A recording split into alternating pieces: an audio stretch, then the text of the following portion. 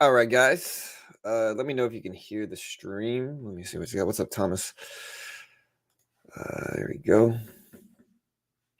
Should get the music playing. Let me know if you can hear the music. Let me know if the sound is good.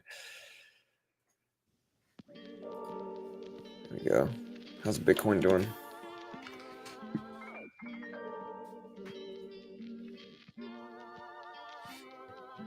Bitcoin, I'm at 21.6. Not bad. All right, we're going to do a poll, as we always do.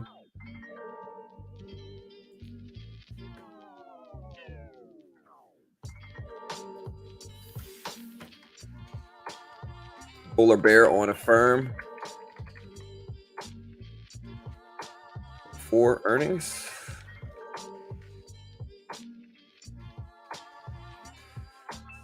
Vote. Vote on that poll. We're also going to do a Twitter poll like we normally do.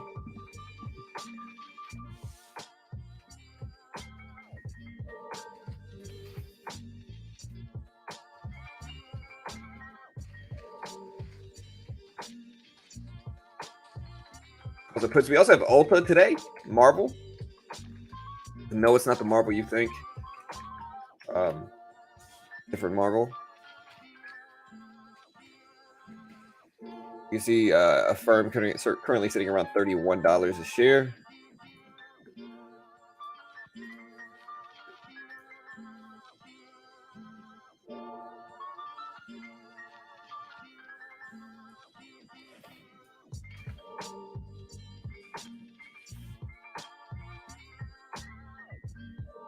Do me a favor when you join here, hit the like button.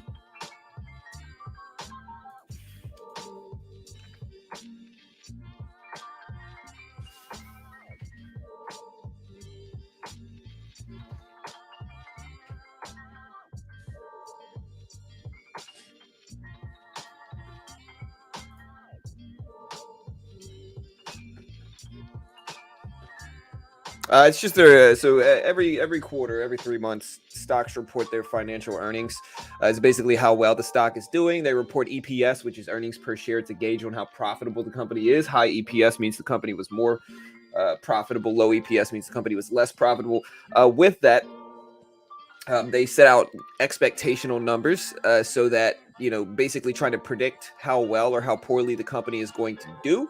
And if the company does better than those expectational numbers, then a lot of the time the stock will react positively. If the company does worse than those expectational numbers, as well as they also gauge the numbers that were in the last quarter or the same period last year, really is what it is. So if it's the third quarter, they look at the third quarter last year and look at it relative to those numbers as well. And then it's all comparative. So we just look at what numbers were better or worse than expected. And if the company was better, it's not really what the numbers show. It's all about expectations. I always use this example. A company can lose $100 million in a specific quarter, right? But if they were expected to lose $300 million, the stock's almost certainly going to fly. There's also guidance that's released, basically how the company thinks that they'll perform in the next quarter, which is guidance numbers. Usually, in this specific example, we'll get, first quarter guidance because it's fourth quarter numbers, right? So we're going to get first quarter guidance here, and you're going to look at how the company thinks that they're going to perform in the next quarter, and that, as well as expectational numbers, are going to be what makes the stock move up or down, really, more than anything else. It's not about how profitable the company is; it's how profitable the company is relative to expectations. And so, we'll see what we get, but that's basically what it is. Hey, thank you, Jody. I appreciate it. I am doing good. Hope you're doing well.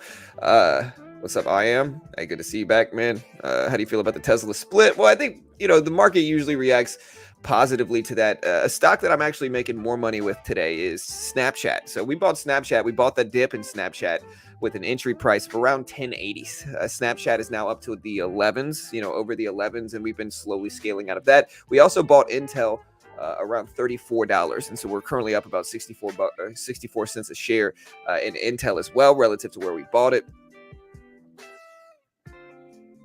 And so, we're doing pretty good on our swing trades today. Those positions are starting to bounce back, and we had a green day anyway, but yep, not too bad. Hey, what's up, mister? Or what's up, Mai? Good to see you guys. Again, vote on the Twitter poll. Let us know what you guys think regarding Affirm, because Affirm does drop their numbers sometime soon. Here is the Twitter poll if you want to vote on it. Again, basically the same thing that we have here.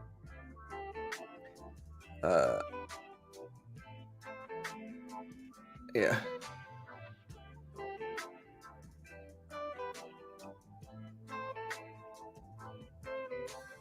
Vote on the poll. We already got 18 votes already in about 3 minutes. So far, 68 or 67% saying calls, 33% are saying puts. And so we'll see what we get. Affirm bumping up. You can see NVIDIA ramping up as well with the chip bill being signed today.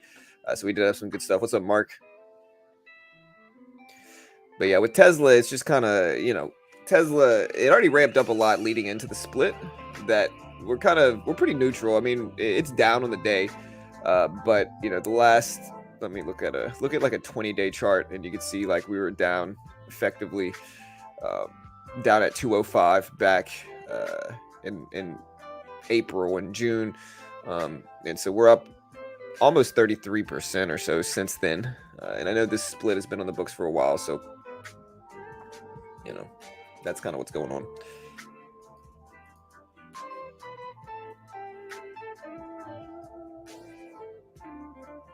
We'll see what we get. Affirm might not be the most hyped up earnings call, to be honest. We'll see, though. Affirm can be hit or miss. Tomorrow we do have Jay Powell speaking at the Jackson Hole conference that they're doing.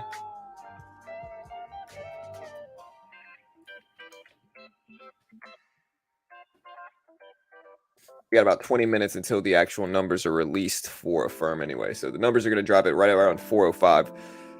So we got about 25 minutes until these numbers come out.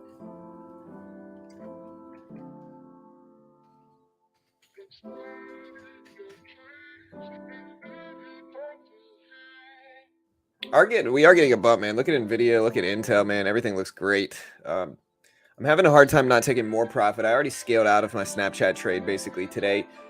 Based off of the moves that we've made over the past couple days. So I already kind of scaled out of it. I'm still holding 100 shares of Snapchat. And, I don't know what I want to do with it now. I think I'm just going to let the rest ride. I've already taken enough profit to where, we're not going to lose money regardless of anything. But, part of me still wants to let it ride a little bit. Snapchat being right around $11. I think it can get back up to at least 15. Intel's been pumping up nicely with it as well, so that looks good. And yeah, we'll see what we get. 10 a.m. is when he speaks, Mark, so right around 10 a.m. All right, we got 30 votes already for Affirm. 31 votes. 71% are saying calls. 29% are saying puts.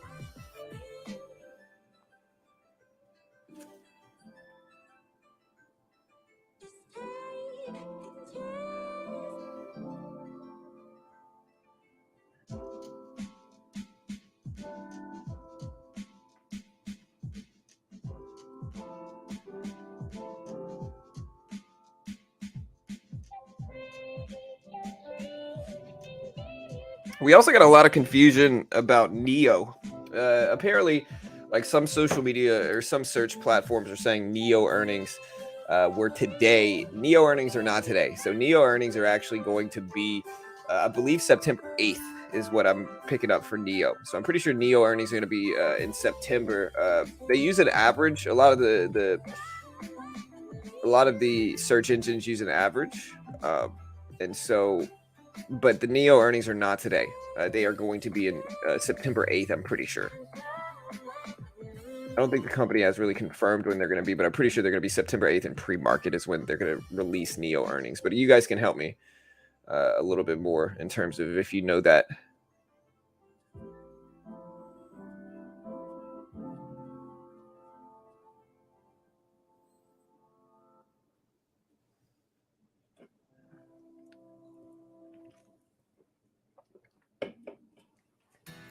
But man, look at NVIDIA pump at 178s. We covered NVIDIA earnings yesterday.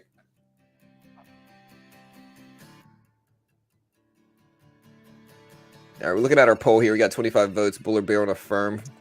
We have 68% bearish. Interesting how like my YouTube is usually the opposite of my Twitter, right? My Twitter profile, when we do these polls, we're overwhelmingly bullish on the Twitter polls. 70% are bulls on Twitter. When we do these polls on YouTube, Most people are bearish here, 68%.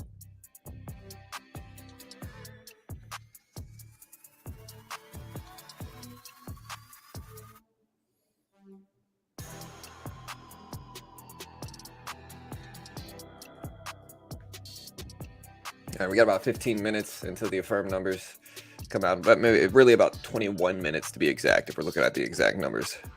NEO earnings for September 27th. Where are you getting that data? I couldn't find it on their site. I didn't see anything on their site.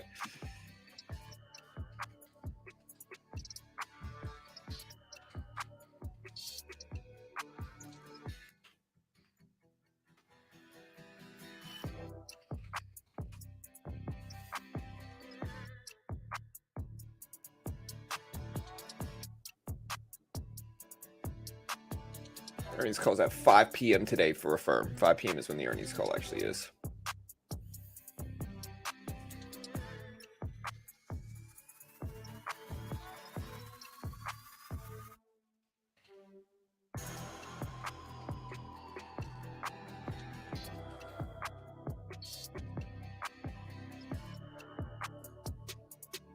Phase me. Yeah, let's see what Phase is doing, bro.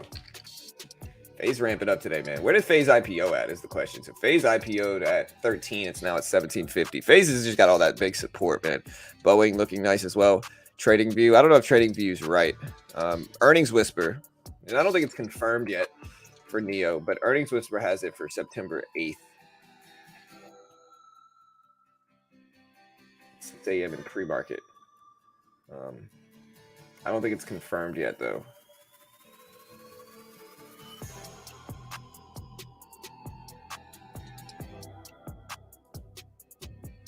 Yeah, so Earnings Whisper has it at September 8th.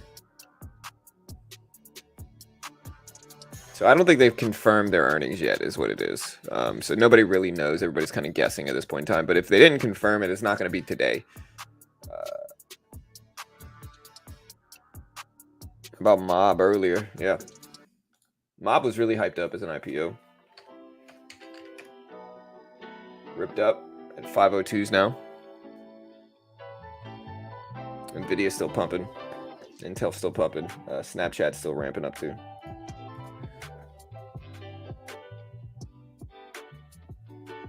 The NEO's kind of notorious for switching up the dates on this type of stuff, to be honest. I've seen it happen multiple times with NEO.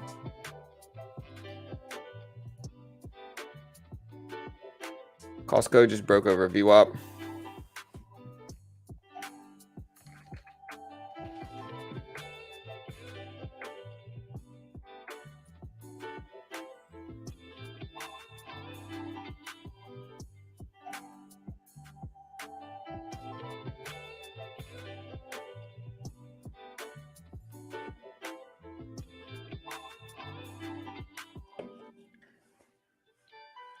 Yeah, and the question about a firm's health right now is,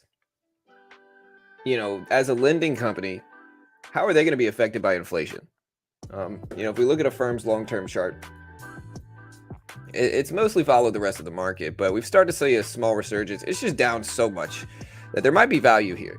They used to be 170s back in November of last year when where a lot of things saw their top. But the real question is, is it worth betting on down here? Is there value down here for a firm? And again, let me know what you guys think in chat. It's currently at 3140s. Big ramps, big movement.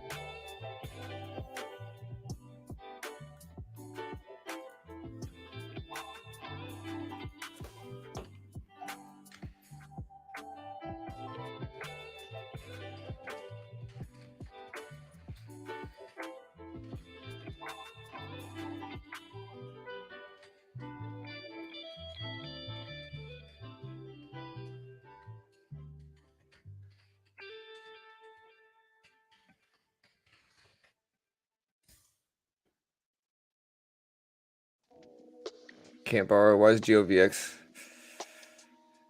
Well, I think GOVX is just a penny stock, man.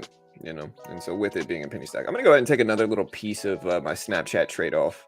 So we're gonna go ahead and take another pop of it off just to lock in profit right around the high of the day. Just 25 shares of my remaining 100 share position. So just 25%.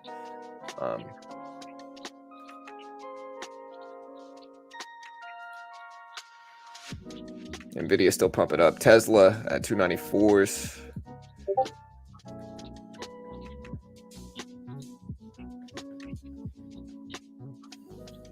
Yeah, borrowing problems.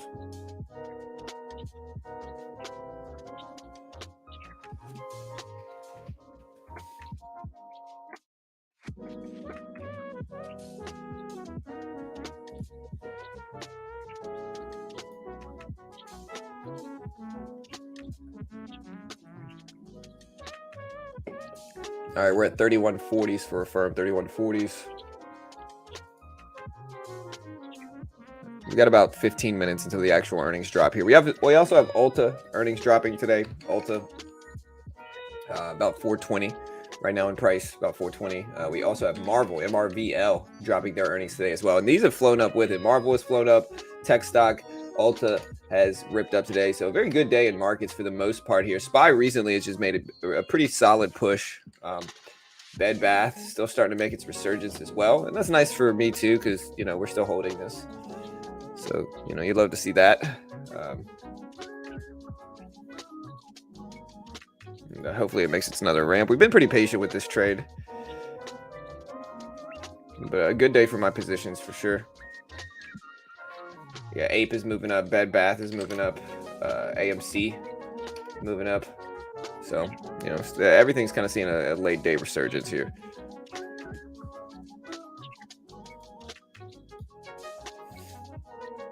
Uh, 63% saying calls, 37% saying puts for Affirm on Twitter.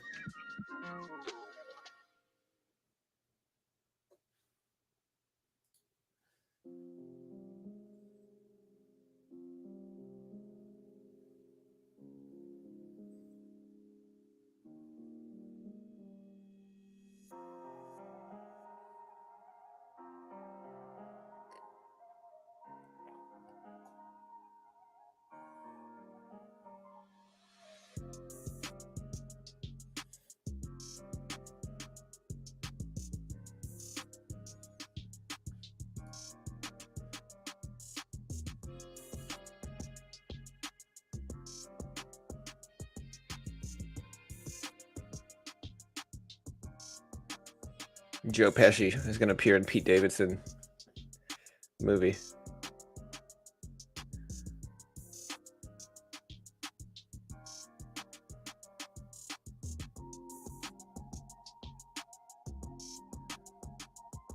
Man, Joe Pesci's got 2 different eye colors, man. Who knew?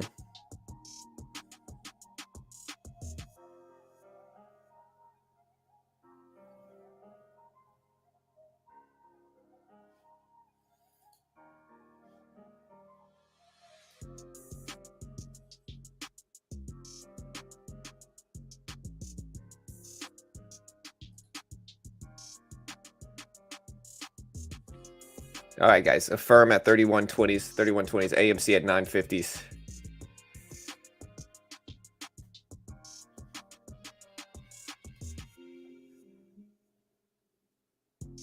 Yeah. Hey, what's up, Tiny? Dell coming out with earnings. Yeah, Dell's earnings are coming out today as well. That's true. Very true.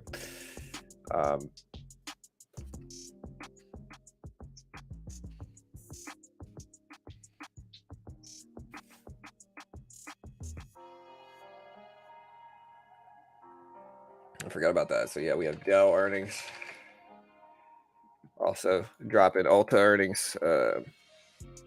Affirm pulling back to 31s here. Everything's kind of dipping down now. But look at Affirm pulling back to 31s. Again, let me know if you're buying calls or puts on this. We got about 7 minutes before the earnings are actually released. About 7 minutes. Yeah, so we got, again, just to put this in perspective, what we got dropping right now. We got Marvel at 405, ULTA at 405, Affirm at 405, GPS, which is Gap at 415, Dell at 425. VMware at 405 as well. Domo at 405. So most of the stuff's dropping at 405. So again, we got about 12 minutes. So we'll see. But yeah, Firm popping up. AMC trying here. If you look at like the Q, you know, we got that moving. ULTA up there. Marvel, Dell at 4790s. You know, so we're watching that too.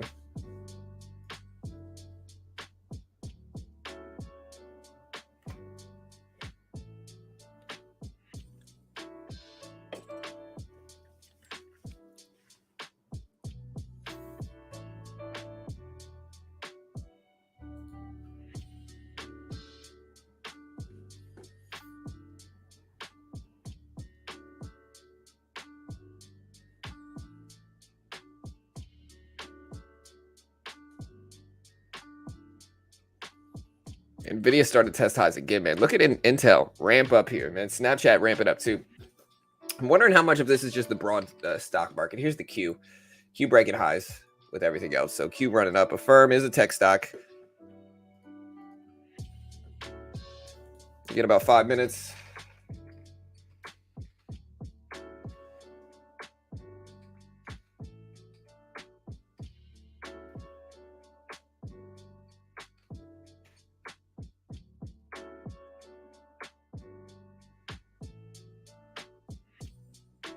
Looking at the short interest for Affirm.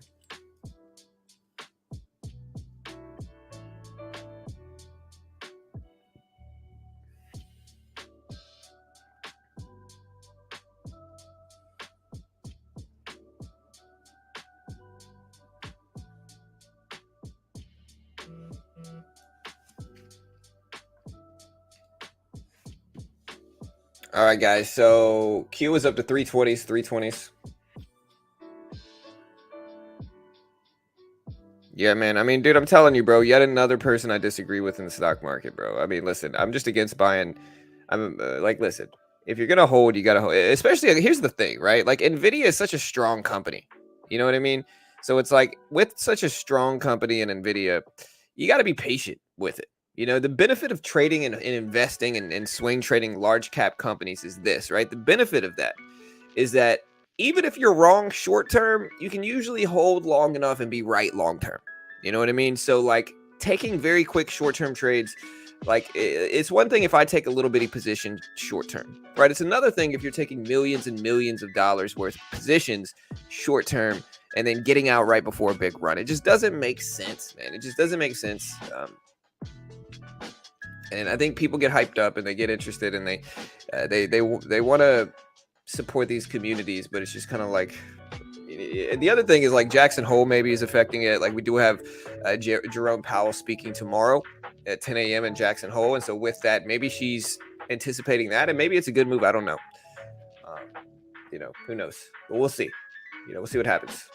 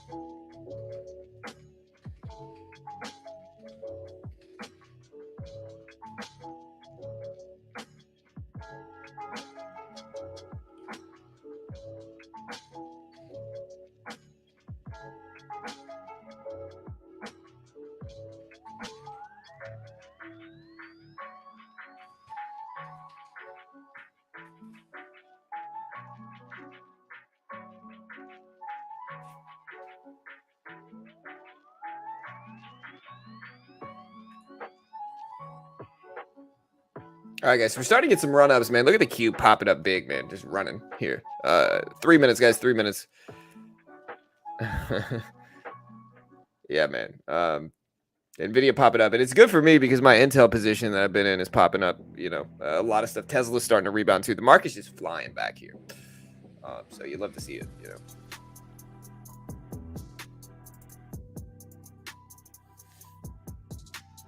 NVIDIA almost up to 180 now. Snapchat's still bumping up.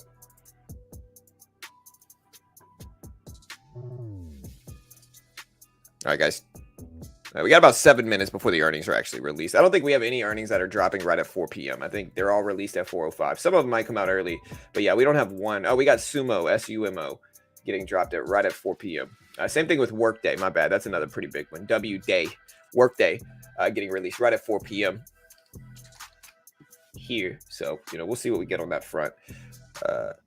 I think Tesla's interesting. I think I don't know. I have my question marks regarding it. Very volatile stock, up a ton over the past few years.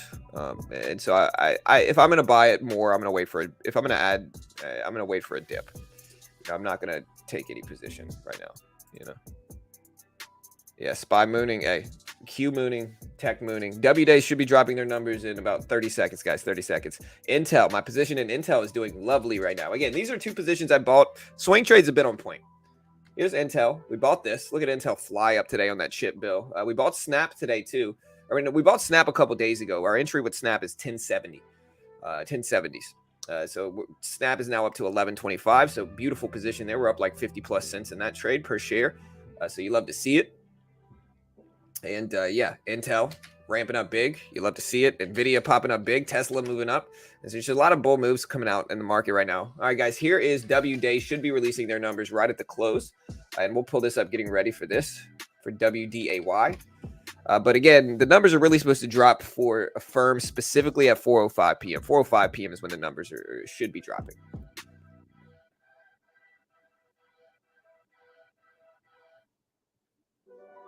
All right, we're looking at W-Day. Nothing out yet. Again, Affirm number should be dropping at 4:05.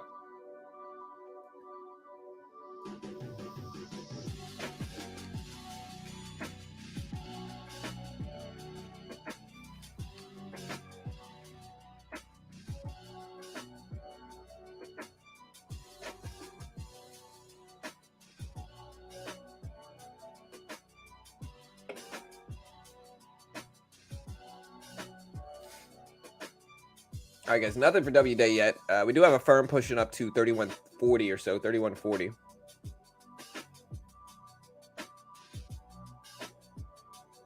right, there we go. W-Day, Workday just popped up.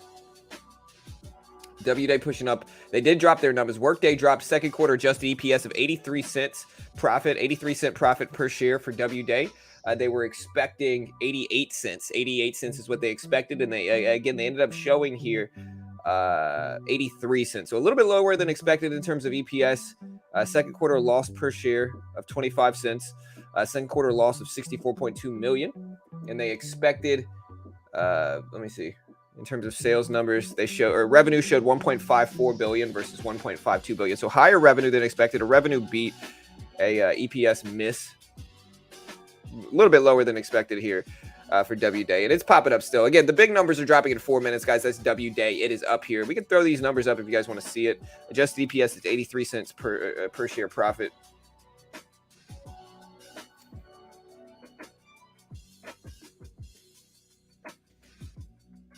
Yeah, revenue came in at 1.54 billion, which was a little bit higher than expected. There's W-Day, and again, we got the actual Affirm numbers dropping in about 3 minutes, guys. 3 minutes for Affirm. When is the PCE report? Tomorrow, I believe, right? Let me see.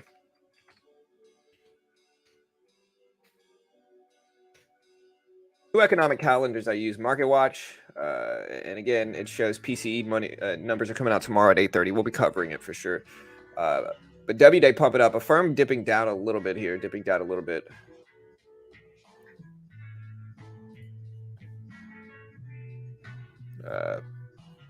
Yeah, so again, we're waiting for Affirm numbers dropping in about 3 minutes. 3 minutes for Affirm.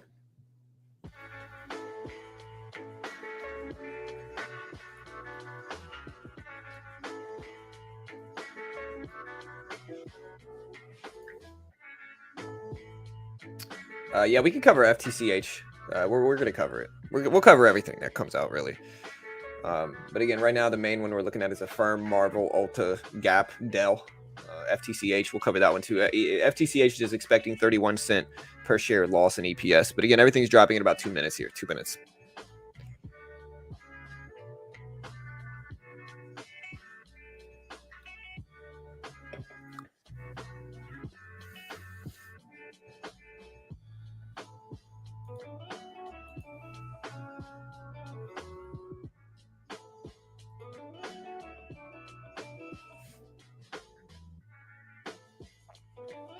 All right, guys. So W-Day at 176, Affirm at 3140s. So yeah, we're also going to be looking at ULTA. There's Farfetch at 950s.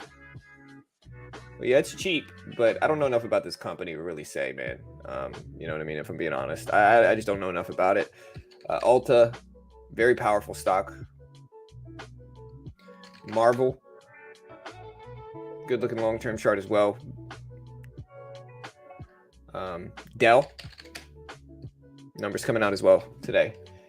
So again, we got less than a minute, guys. Less than a minute. W Day did well. Marvel doing good. Affirm, long-term chart, a little rough, but again, these numbers are about to come out, guys. So we'll cover it as soon as it drops for Affirm. GPS as well.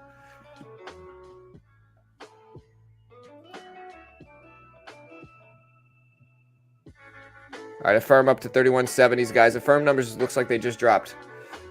So maybe they dropped them a tad bit early for Affirm.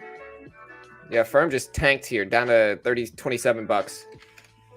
All right, so Affirm just dropped their numbers. They dropped a fourth quarter loss per share of 65 cents.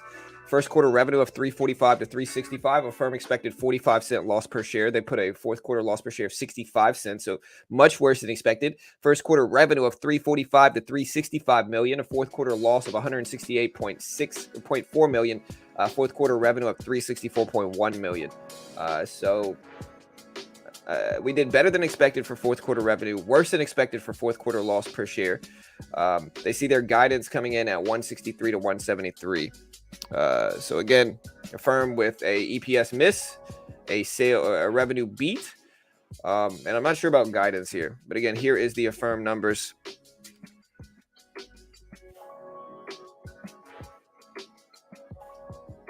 Again, they put in a bear with me. They missed. They put in a loss per share of 65 cents for Affirm. 65 cents.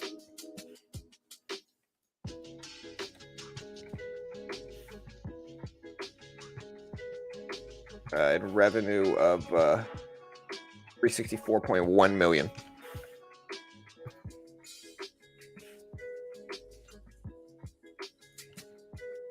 Here's the full Affirm numbers. Again, 65-cent loss per share. Sales beat. EPS miss. I was showing they were expecting 45-cent loss per share, but Affirm is tanking down here. Big drop, down to 26.50s. But again, there's the Affirm numbers. So those are the Affirm numbers. Affirm is absolutely tanking down here. Now, we also have ULTA dropping their numbers as well. ULTA put in a second quarter EPS of 570. They expected 496. So ULTA actually did better than expected here. So ULTA is a pretty big W, I think, for their EPS. Did better than expected for EPS. And you can see they're actually gapping up from this. ULTA put in an EPS of 570 and they expected a 496 in terms of EPS.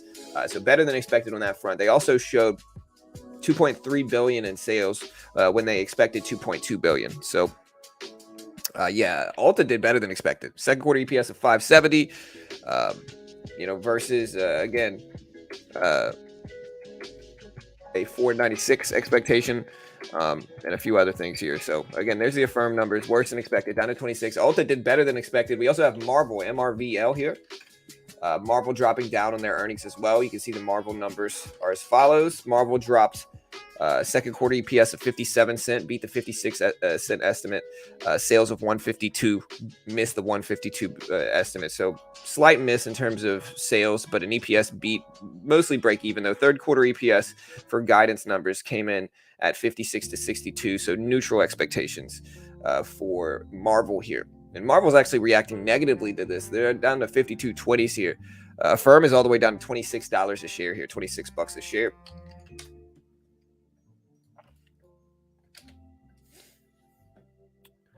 But again, Affirm missed. I'm trying to see what their expectational numbers were in terms of guidance here for Affirm.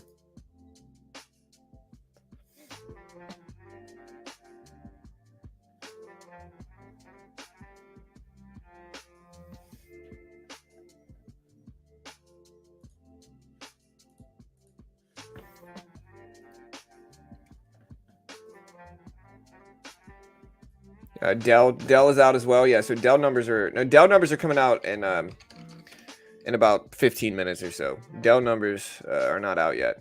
VMware did come out with theirs. VMware dropped second quarter. VMware dropped a beat. So here's VMware. VMware beat on their expectations.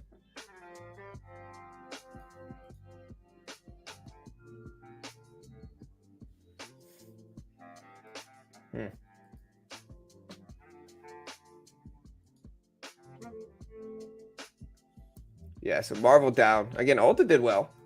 You know, ULTA did better than expected. Up to 428, 430s right now for ULTA. So ULTA's kind of moving, man, you know.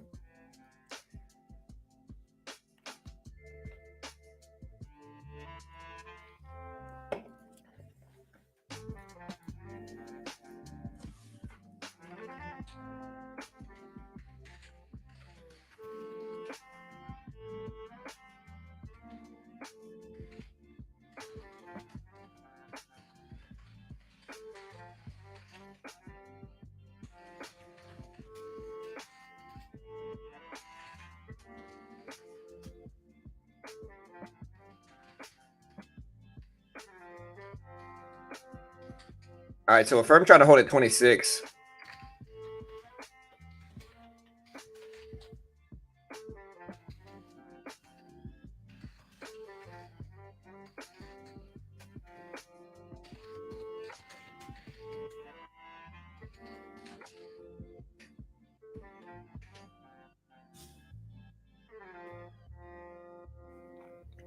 Stignite. Hey, nice, man. Yeah, D. Then you're doing great, bro. You're doing great, man.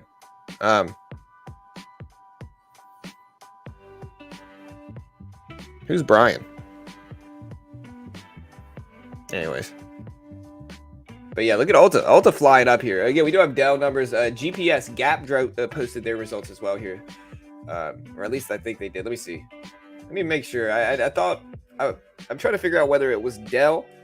All right, so Gap is going to be releasing their numbers in about 5 minutes.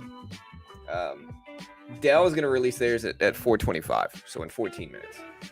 But Marvel beat, ULTA beat, Affirm missed, WDay missed, Farfetch beat, FTCH beat, but they're dropping down from it as well.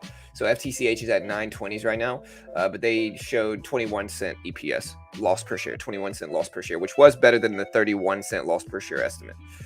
So FTCH did better than expected too. But they're down. I'm not sure if it's guidance related.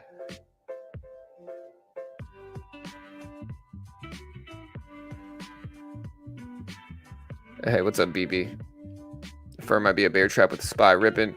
Yeah, it is a tech stock. And tech has been flying up today, so you know, we'll see. It's all relative to guidance expectational numbers here for Affirm here. So Affirm, they dropped a few different things. They dropped fourth quarter. They saw first quarter revenue coming at 345 to 365 versus 386 estimates. So guidance expectation numbers came in lower than expected. They saw fiscal year 23 revenue at 1.625 to 1.725 versus 1.35 billion. So if Affirm does have a shining light here, it's that fiscal year 23 revenue expectations came in way higher than expected. You know, they expected 134. They're showing 160. They're showing 162 to 172. So much better. 1.62 billion to 1.72 billion versus 1.34 billion expected for guidance numbers. So here are the Affirm guidance numbers. These are actually not that bad. It kind of makes me want to take a little position here in Affirm, because again, these are the guidance numbers I'm posting in chat for Affirm right here, and they're not bad, man. The guidance numbers are solid, you know. So it depends on how long you want to hold Affirm. I might buy it up real quick after this dip.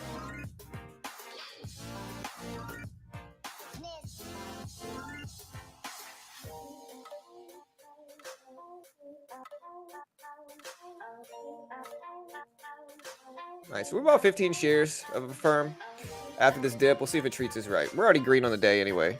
Yeah, I'm excited, Brew. I'm excited for the Saints, man. Tyrann Mathieu.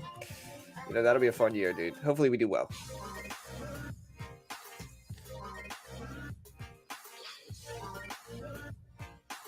And again, we still got Dell to go over in about 10 minutes or so, 12 minutes or so for Dell. Bro, I got this burning sensation behind my neck. Is that bad?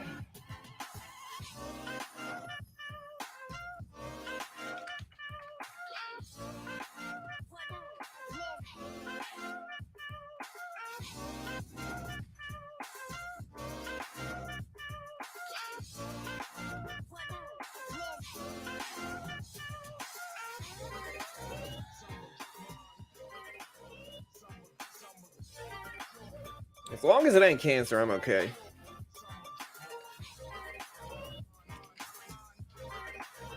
Search Reddit for the answer. All right, I think it's time to raise my desk up to fix my posture. Yeah, I know. Hey, bro, you know it, bro. Hey, thank you, D. Wester, man. Hey, thank you so much, man. I appreciate that.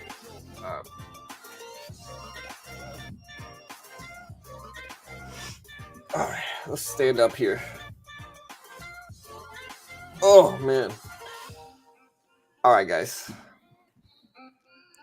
Affirm should be up about 4% tomorrow based on what NVIDIA did, since bad numbers and guidance don't matter. Well, it's all about expectations, right? It's all about guidance as well.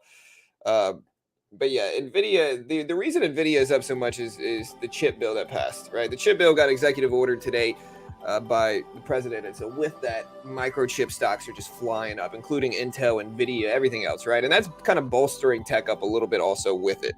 Just to kind of give you a little bit more detail on why Intel and some other stuff are running.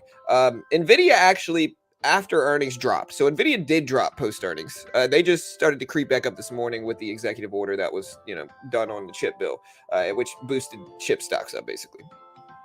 But no, I appreciate that, D. Thank you so much, man. I remember during Shopify earnings, I bought puts and was right, but it still went green because overall market carried it up. Yeah, 100%. FTCH is ripping back up here. And again, we did buy a little piece of this here. And we're going to take some of this off now. There we go. Took a little baby piece off. We'll hold these little 8 shares, see what happens on the Affirm dip. But again, another one of my strategies is waiting for quick short-term overextended moves and then buying that dip. And this worked. So, yeah. We'll take that. Gonna lock in some profit, let the rest sit here.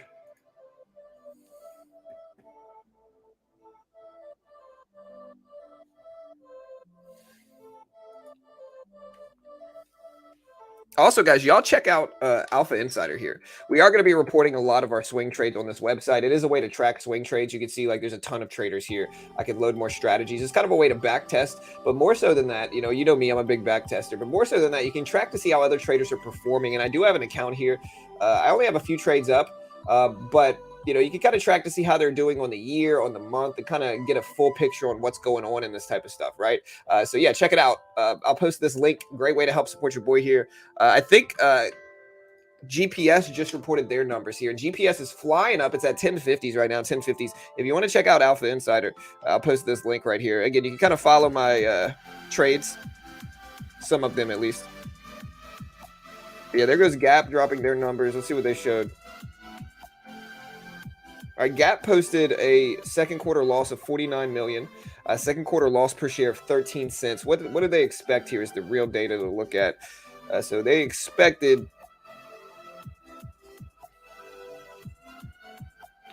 for GPS, they expected 4-cent loss per share, and they ended up showing a 13-cent loss per share. So GPS actually dropped worse than expected. Their second quarter EPS was 8-cent loss.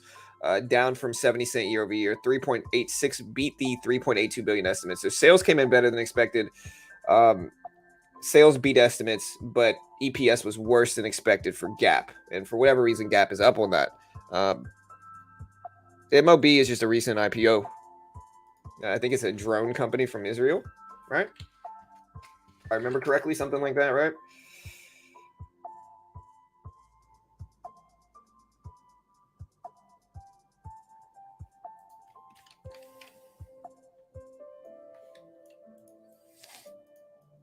Chat knows a little. We've had a lot of people talking about it, so I know it's somewhat hyped up. Yeah, it's a provider of cybersecurity and smart solutions for drones, robotics. Yeah, that's what it is. Actually, not an Israeli one, though. It's headquartered in Atlanta, actually. So I was wrong about that. But it's a drone company.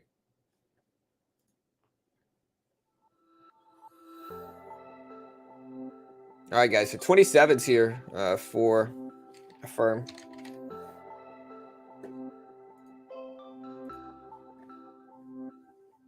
All good, sub. Got you, man.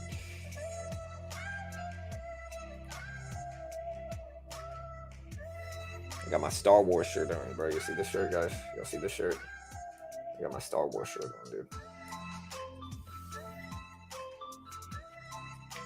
I never wear the shirt in public, but, listen, if you got 200 people watching you, y'all don't really exist, right?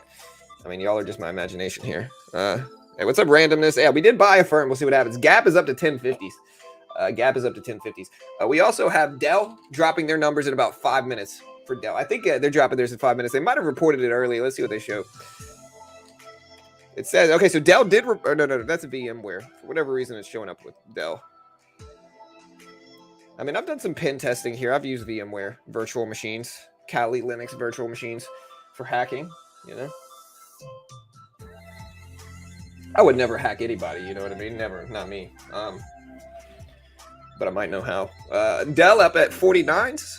We have Affirm at 27s. Bed Bath & Beyond, let's see what that one does. It's at 1030s. Let's watch that. Hey, Bed Bath is up. We're still holding our shares too with this. We'll see what it is. SXTC. Look at SXTC. Low floater ramping up to 240s in pre-market or in after hours, man. I don't know why I keep saying pre-market. Yeah, Gap earnings are out. They had misses in terms of EPS and beats in sales. So they did. They withdraw their fiscal year guidance. All right, so we got a few news stories dropping for GPS here. They're actually doing really well. They withdrew their fiscal year 22 guidance. All right, so this is the reason why. The Gap says, given the actions the company has underway, and in the midst of a CEO transition, combined with uncertain macro environment, the company is withdrawing its prior fiscal 2022 outlook. It said it expects the third quarter ending inventory growth to moderate substantially. Yeah,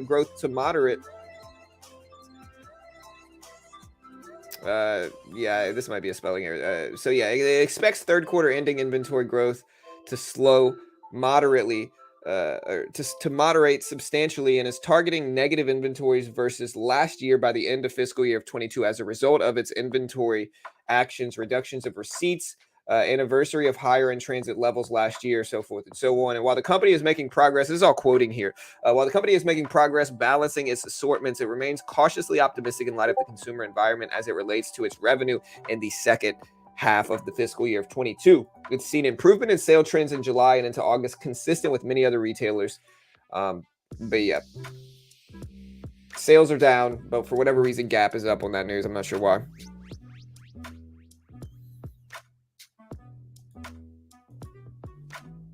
And so we'll see what happens, guys. But yeah, Gap's numbers are out.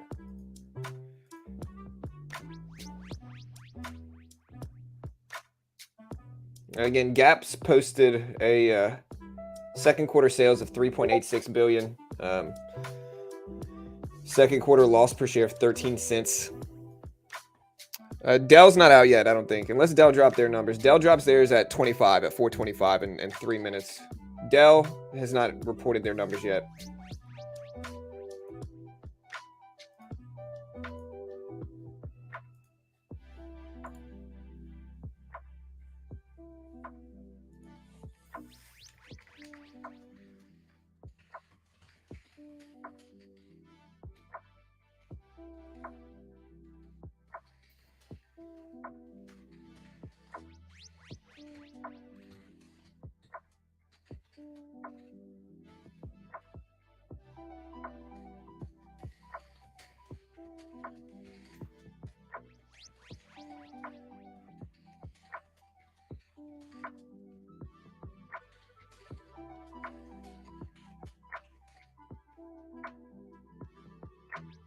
Everywhere I go, I can't find earnings that are updated. Please let me know. Where are you reading this right now?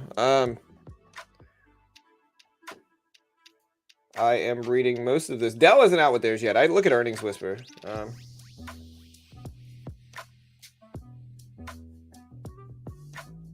I am getting this news on TD Ameritrade right now. TD Ameritrade is what I'm using. TD Ameritrade updates it pretty fast. I use a mix of everything.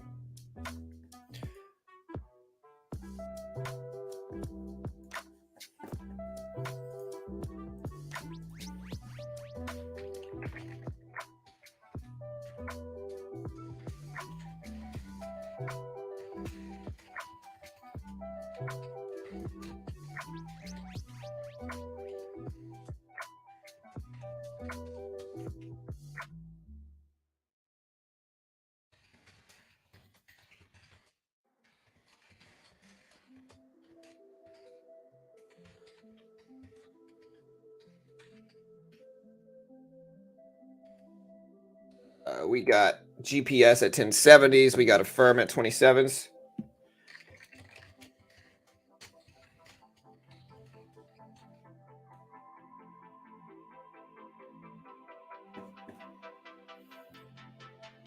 Anything on Dell? We got 1 minute before the Dell numbers drop. We're going to cover it as soon as it comes out. Dell reports mixed results. I don't know why Dell hasn't reported theirs yet. I'm seeing VMware, but I'm not seeing anything for Dell yet. Let me see. Here's Dell. Dell's moving. Okay, so there goes Dell dropping. Okay, so Dell posted second quarter EPS of 68 cents, second quarter adjusted EPS of 168 profit, second quarter net revenue of 511 million, second quarter revenue of 26.43 billion. And so again, what was the expectational numbers for Dell? Dell just dropped. The expectational numbers for Dell were, let me see. Hold on, guys. Dell expected 164 profit per share. They ended up only showing 168 profit per share. Okay, so they actually did a little bit better than expected. Adjusted EPS came at 168. They expected 164. So Dell actually did a little bit better than expected. They dropped second quarter EPS of 68 cents. Second quarter revenue of 26.43. Net of 511 million. But Dell just tanked here down to 44.9 for Dell. And so again, here's Dell's numbers right here.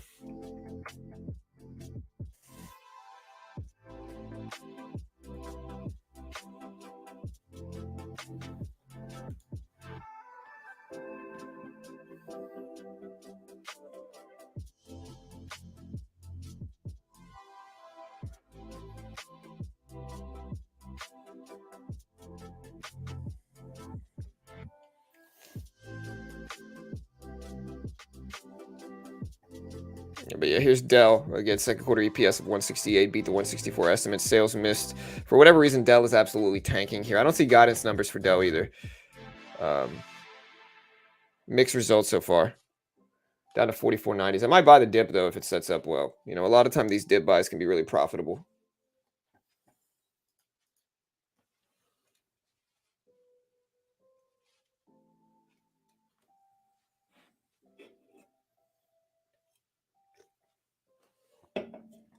We also have a few other stuff.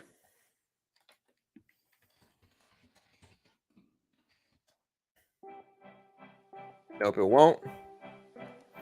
The earnings info or TD are the live news section. So the live news section are kind of what shows up.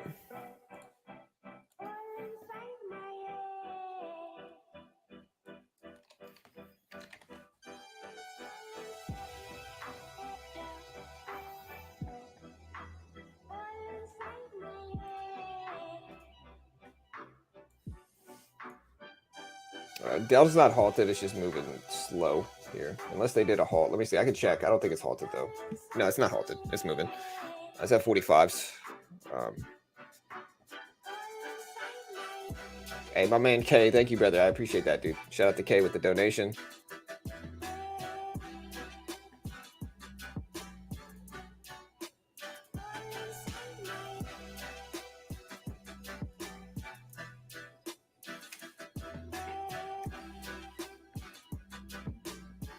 Yeah, so if you're on Thinkorswim, you open up your sidebar and you go to live news, and then you go to the top actions menu and you click that and you go to detach gadget. So you should see something like this, and then you type in Dell or you type in Affirm, you know, and it'll kind of give you the numbers, and as soon as they drop right here, and then eventually it'll give you a better updated version like this. You know, man, should have bought Dell on that dip.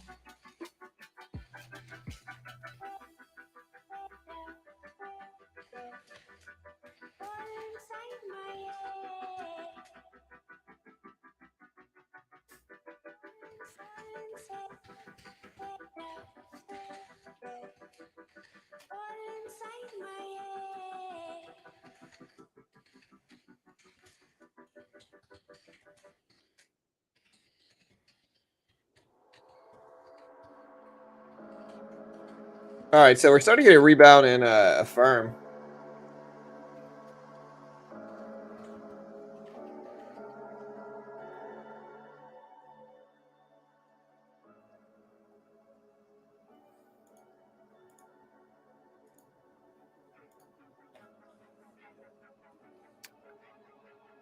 Dell halt on E-Trade. No, it's not halted. You can look at the level 2 and see. It's not halted for Dell. It's just got very little trades going through. So this isn't halted. This just means the volume is light. So the volume is low for Dell. Just very little trades actually going through. What's up, Ramsey? So it's not halted. You can see it move here. Like, look at this candle. Like, the way you can tell is look at this price right here. Right now, the price is 47.90. You can see these moving here. So you can see the level 2 jumping. There's just very little volume actually happening. You know, if that makes sense.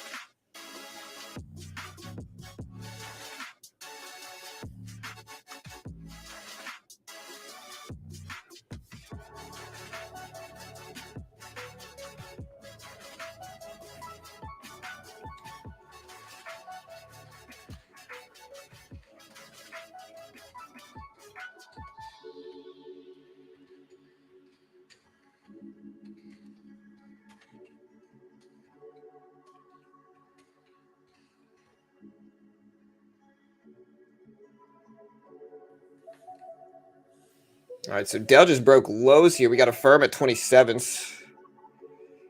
Hey, thank you so much, Rudy. I appreciate it. He said, hey, BT, I just started following you in the last few days. I really like your content. Keep up the great work.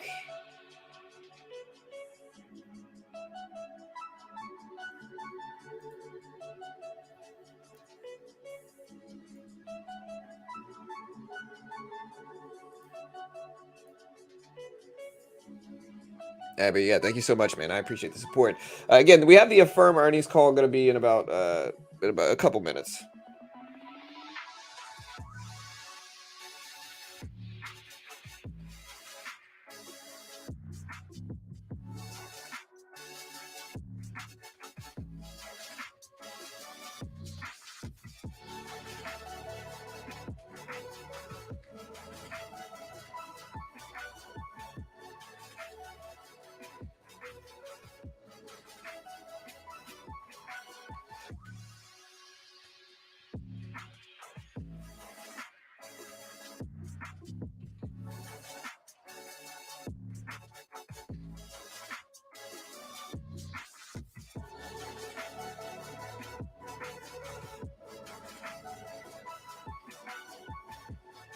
All right, guys. So yeah, Affirm at 27s.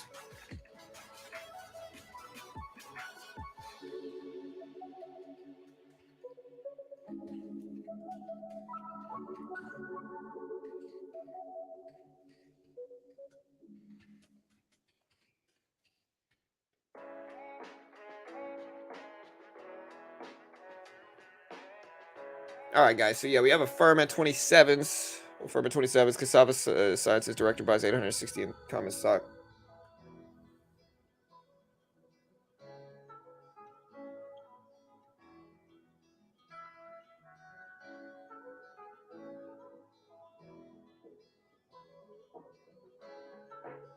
Firm earnings calls until 5 p.m. Yeah, it's going to be in about 25 minutes or so. We're going to stream it. We're going to stream it live. Again, Affirm is a little bit less interest in terms of actual earnings, and that's okay. But we're still going to stream it anyway, just so you guys can see it.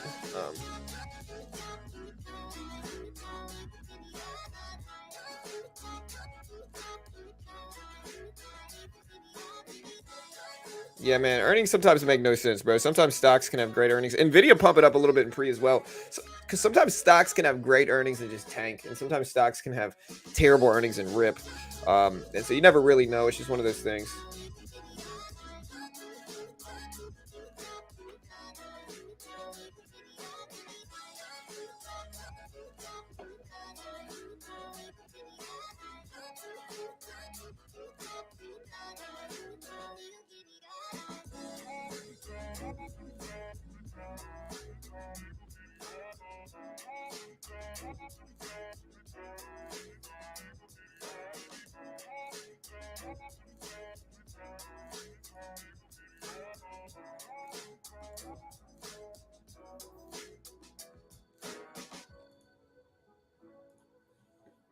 All right, guys. So Dell's still dumping down here. It is moving. The volume's just light.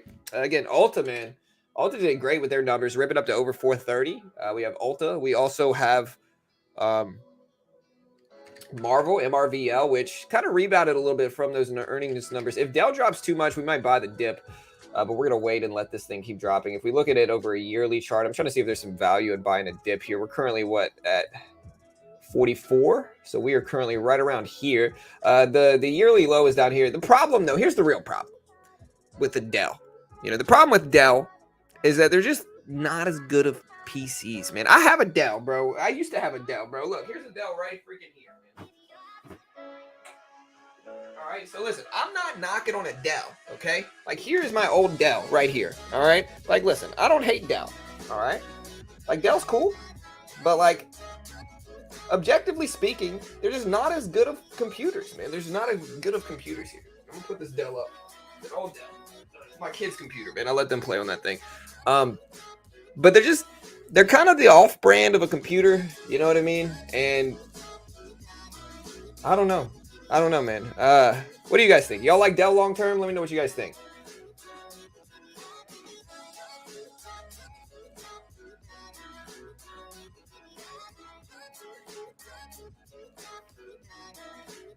Dude, you got a Dell, bro. Okay.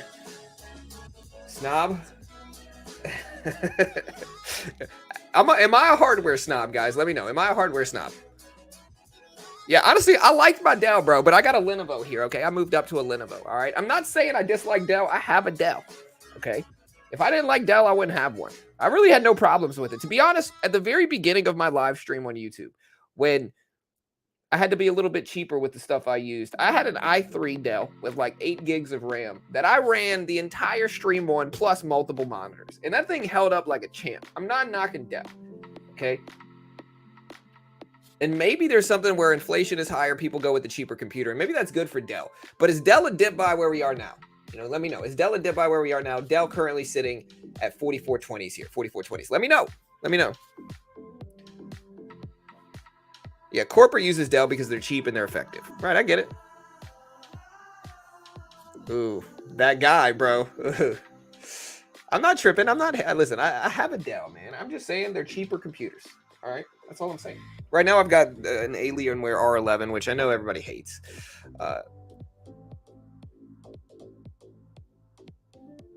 Yeah, y'all prove me wrong, man. Prove me wrong. Yeah, listen, Adele's been looking good lately, bro. I know she recently got married and all that stuff. She's been looking good lately, man. I mean, you can't knock on Adele, dude. Props to her. Honestly, I like Adele's music, bro. Everybody does. If you say you don't like her music, you're lying, dude. You know what I mean? Like, you can pull the whole thing, But, like, everybody secretly likes Adele, man. Let's just be honest here. How can you not like it? Like, if you don't like it, I don't trust you.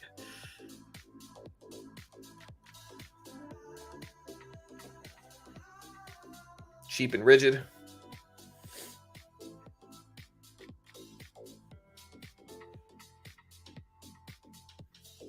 You talking to me? I'm cheap and rigid, or Dell's cheap and rigid?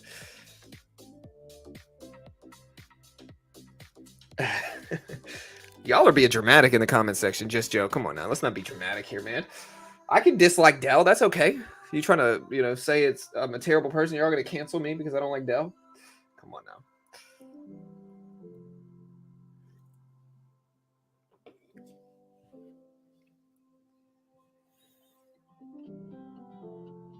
Bro, I don't like Peloton. I thought Peloton was just crappy. I told you guys yesterday that Peloton's Amazon deal was BS. Total nonsense, right? And what happened to Peloton? Tell me what happened. Did anybody look at Peloton lately? Are y'all going to act like I was wrong there? Come on now, chat. Y'all could do better. Y'all could do better. Listen, y'all could troll better than this, okay? I believe in you guys, all right?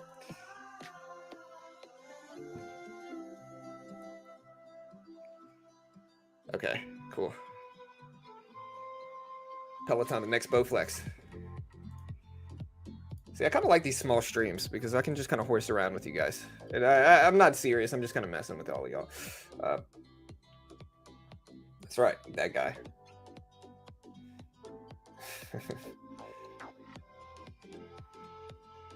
Specula.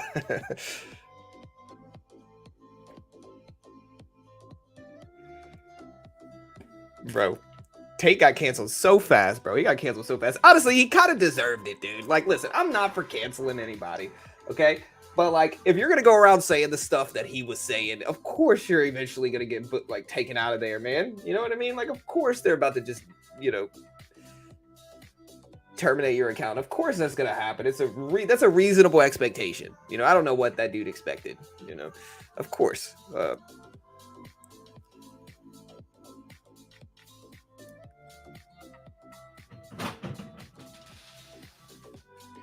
Carol, do you like Dell?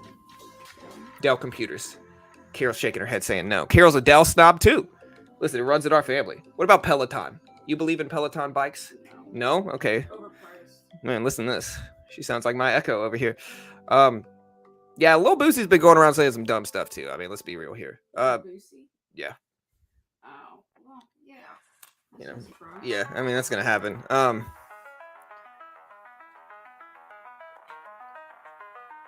we move this thing in there? I'll just put like a blanket on it. Bro, Cindy is gonna, or Rosie, really, right now. I think we could keep them all. Baby, it's a new couch. See it. It's been stuck in here. I know, but baby, our dogs, we got 2 German Shepherds in heat right now. And so we just bought a new couch, so we put it in my office to protect it during this time of unfortunate events. And yeah, it's like a light colored couch. It'll get stained. All right, guys, we got 19 minutes.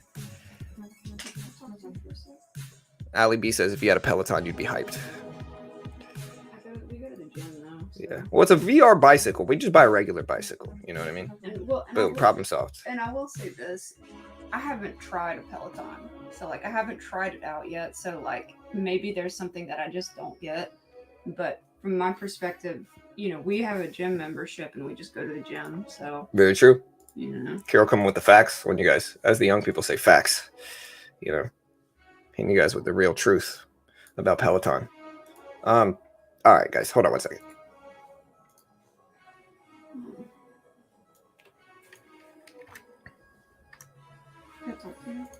Yeah, hold on one second.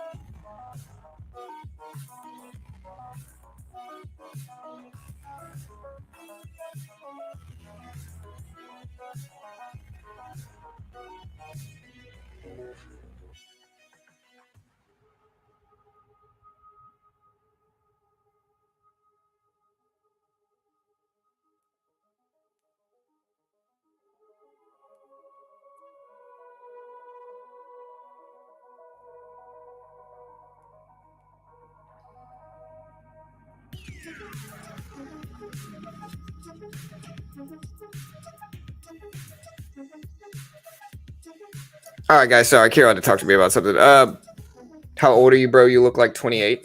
Hey, well, thank you, sir. I am over 30, so I appreciate that. But yeah, so we got Dell down here at 44. Who knew Dell would be so, conflict starting here? Dell, man. I've got a Dell, bro. And I like Dell. Dell's nice. Yeah, they still have their claws, bro. Honestly, my mom had Cindy, which is Rosie's sister. And every time I'd see my mom, she would have like scratches all over her because the dog would just jump on you. We got her stopping doing that here. She doesn't jump on us anymore. You got to condition a dog. Dog jumps on you, you got to say, ah, and you got to stop it. You can't just let it happen. But Cindy's a big dog, bro. She's not small. All right, guys, 15 minutes, 15 minutes. We got the earnings call starting in about 15. Hey, yeah, so I appreciate that guy. Thank you, sir.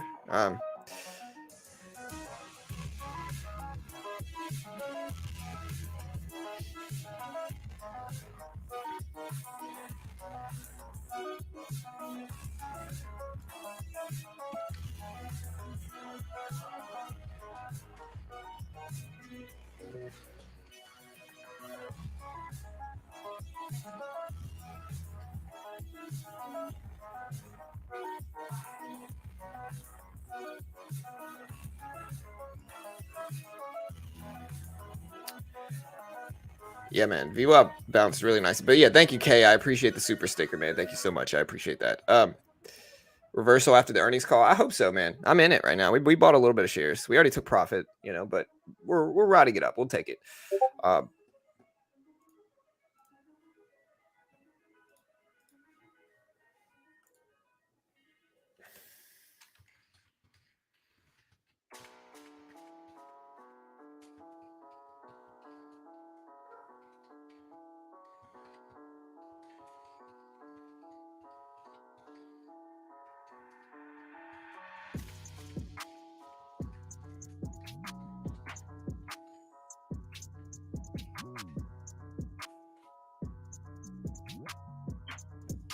All right, so Dell just broke lows. T-Mobile SpaceX partnership announcement. No, I didn't hear that. Dell just broke lows down to 43s. Glad I didn't buy that dip. There's T-Mobile. What's the float of T-Mobile, man? T-Mobile just seems a little bit expensive at 140s, but it depends on what the float size, I guess. My dinosaur Dell in the Discord. Triple D here. Let me see what you got.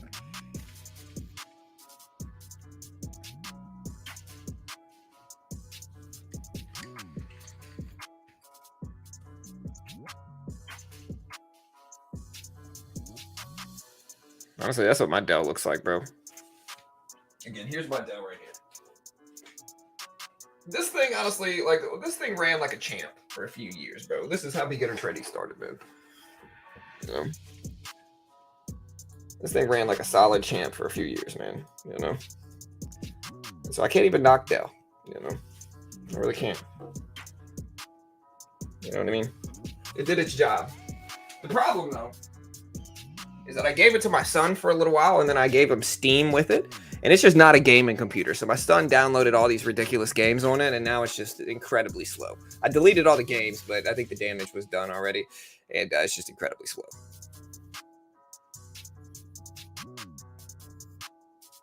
Yeah.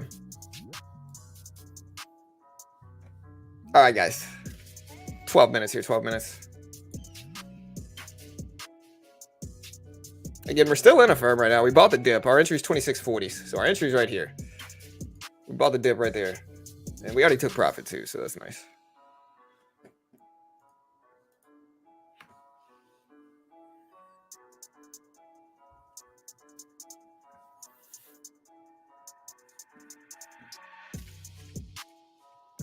Like I said, man, I'm usually we get usually for these earnings streams, we get like 500 plus people here. So it's kind of nice to have like a couple hundred, just to kind of chill.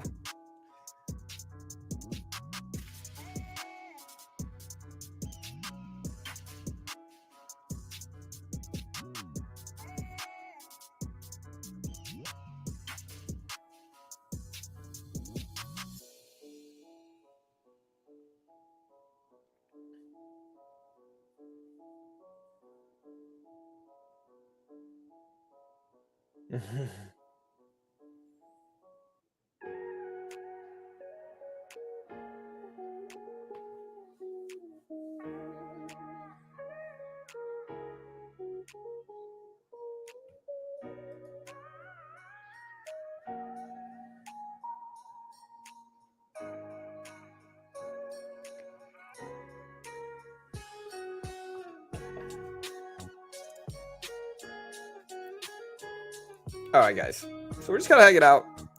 You watching the MACD? No, not really. Yeah, I can't game on it. My son just, I felt like I gave that computer to my son. I felt like he just needed to learn how to operate a computer. Like, it's all iPads with the younger generation, and they don't even know how to use a computer. My daughter does finally, but it took her a while. But the younger generation just has no idea how to even use a computer. It's all like laptops and iPads, or it's all iPads and touch screen. You know, so they don't even know how to use a conventional PC or laptop. So that's the real problem, you know. So I tried to get my son on it, but he just ended up downloading a bunch of ridiculous games. You know, Need for Speed, he downloaded on it. He downloaded Fall Guys and all this stuff. So now it's just over with. We used it the other day, though. We actually plugged this thing in because modern computers don't have a disk drive, and that one did. And we had some disk from the doctor the other day that we had to look at some x-ray results, and we needed a disk drive, so we plugged that thing back up and used it just because the new computers I have don't have it.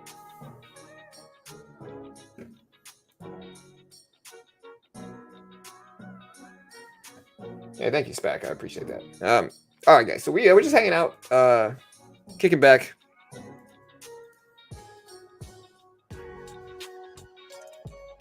Again, the earnings calls should be starting pretty soon. We'll see.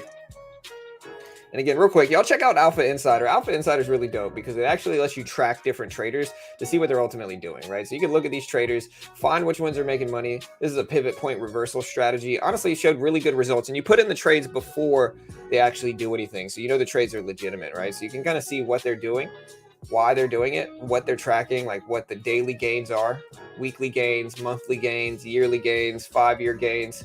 And so you can kind of track these different things on this platform. And most of them are free, but you can pay for ones as well. So you just subscribe to somebody. Like I could subscribe to this pivot point guy, which seems to be pretty profitable. And that way I can kind of track it. And every time he takes a trade, it's going to alert me. Here, pretty useful. And again, I'll post this link. Great way to help support the channel. They are a sponsor of our video. So before we take a look at the Affirm earnings call, check them out. There's the link in chat.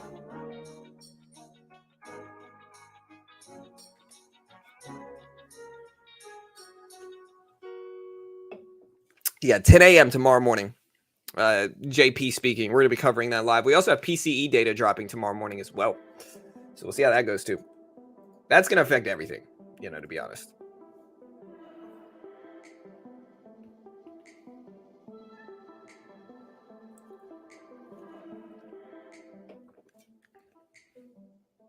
Amazon says this 1 billion Lord of the Rings series will determine the company's future. Bro, if they can't get a W on Lord of the Rings, they're struggling. I'm not saying they will. They're almost certainly going to win with Lord of the Rings, bro. I'm personally watching it because I'm a huge Lord of the Rings fanboy. I grew up, that was like right in my time. I went and saw the trilogy in theaters. My parents brought me, I fought with them. I hated it at first. And then I actually watched the movie and I was like, oh my gosh, this is the best thing ever. And so I'm anxiously waiting for them to drop this Lord of the Rings show on Amazon. I love the Game of Thrones prequel that came out Sunday. I thought it was good. It was super dramatic. But I'm hyped for this next one that drops Sunday evening as well. So we'll see what happens here. Yeah, again, the problem with Affirm is that the lending market is there's a big question mark. You know what I mean? So it's like I'm not a long-term investor in Affirm just because I don't trust the lending market. Especially in this modern economy. Especially like I just don't trust it. I've seen the hype die out dramatically for Affirm long-term. So it's just kind of we'll see. Squeeze app for Mac ever, bro. I've been busy, man. I've been busy. So, one day, bro. Well, we got it for Android. And I'm actually still paying for the Apple developer subscription. So maybe we'll get it sometime soon, man. But who knows when.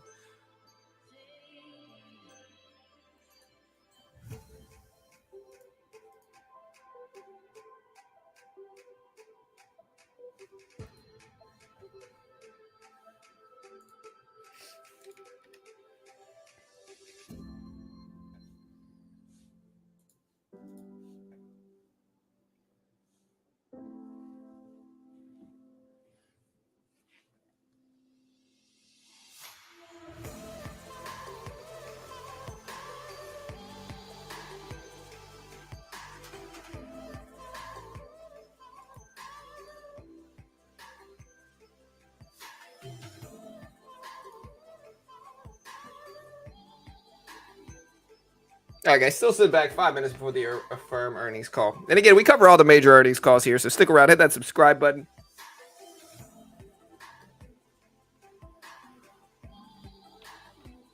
Go ahead and sign up.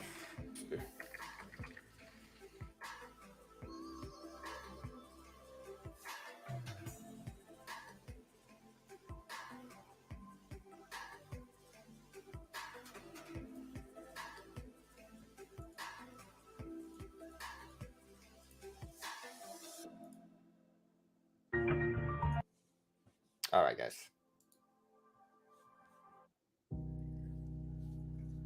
Yeah, worldwide for sure, but in the U.S., a lot of people use Apple. You know, Apple is very big in the U.S. Android is certainly bigger worldwide. Apple is more of an American company, and so in the U.S., everybody uses Apple, but worldwide, it kind of switches. Everybody kind of uses Android. It's kind of like the equivalent of what's a good example of this? It's kind of like Neo in Tesla, right? Everybody uses Tesla. But if you go to China, everybody uses Neo, right? It's the same thing. So Android's actually bigger than Apple, but everybody in the US uses Apple, you know? That's kind of what it is.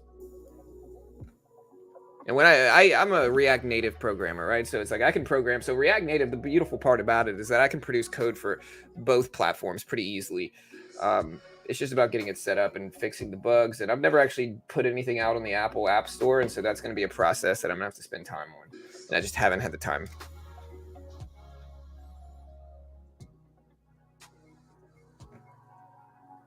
All right, guys, earnings call starts in 4 minutes. 4 minutes.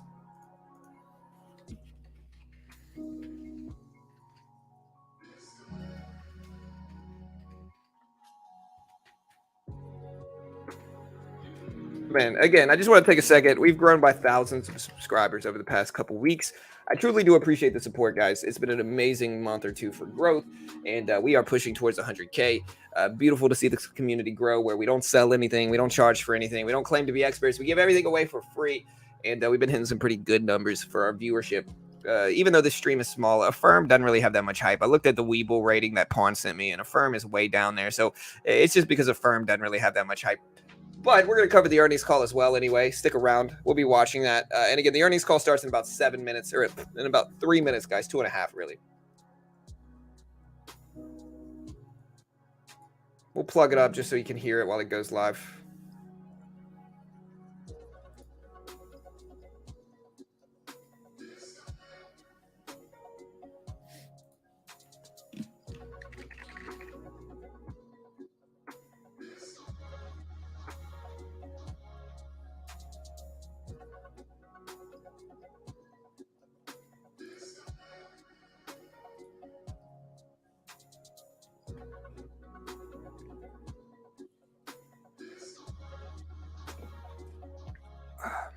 All right, guys.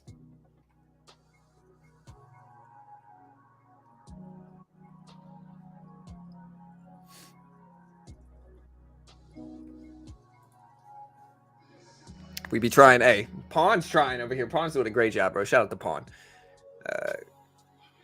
Great help with this channel, man. Best contractor we have by far, and I truly appreciate you, bro. Thank you, man. Android at 70%. Yeah. All right, guys. Let's get ready.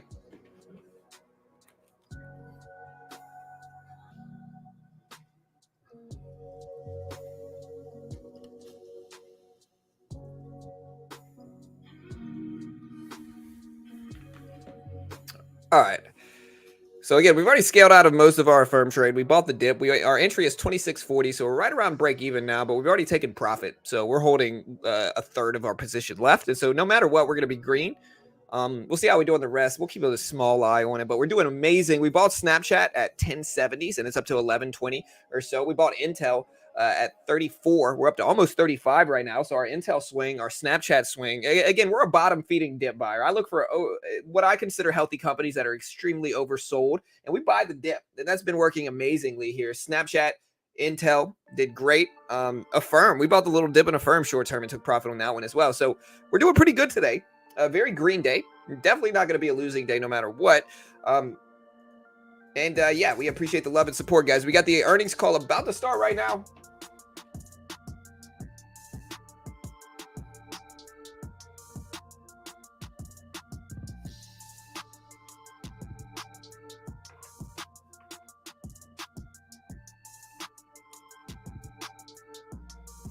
All right, guys, let's see the earnings call starting here. I'm going to mute this here. We're just going to put it up so you guys can watch it. Hold on 1 second, guys. 1 second.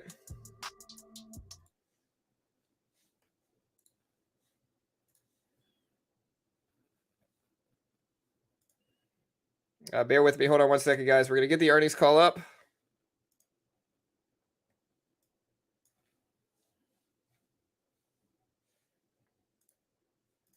Can y'all hear it? Sound check? At this time, all lines have been placed on mute to prevent any background noise. Following the speaker's remarks, we will open the lines for questions.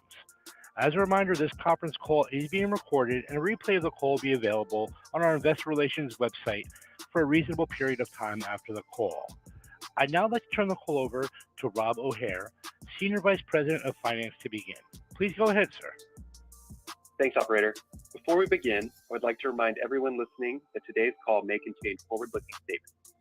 These forward-looking statements are subject to numerous risks and uncertainties, including those set forth in our filings with the SEC, which are available on our investor relations website. Actual results may differ materially from any forward-looking statements we make today.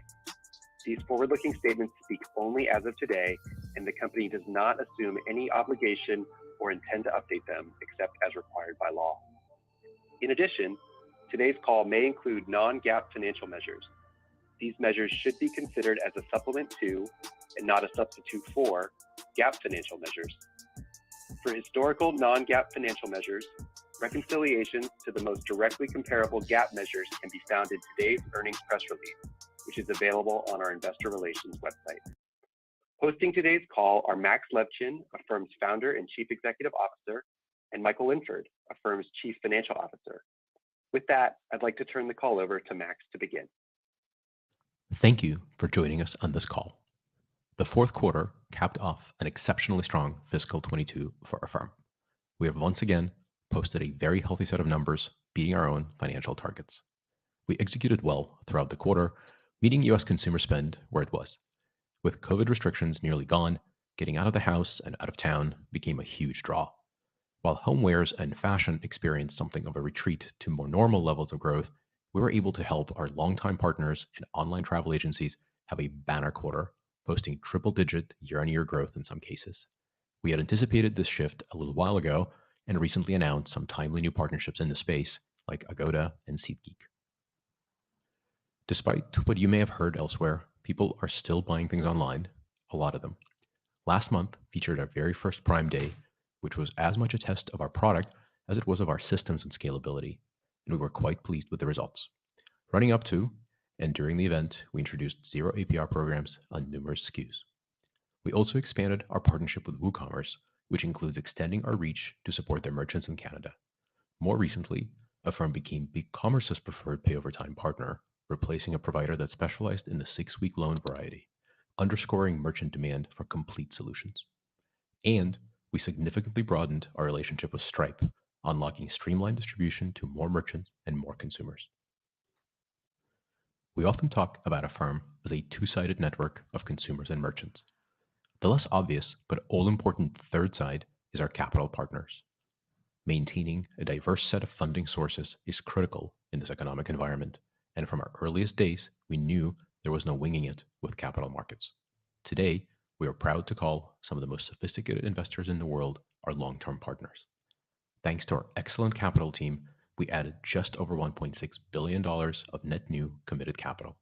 Approximately 70% of this capacity came from existing and new warehouse and forward flow agreements, including a new $500 million multi-year forward flow commitment. In addition, our capital team executed 2 new asset-backed securitizations during this quarter.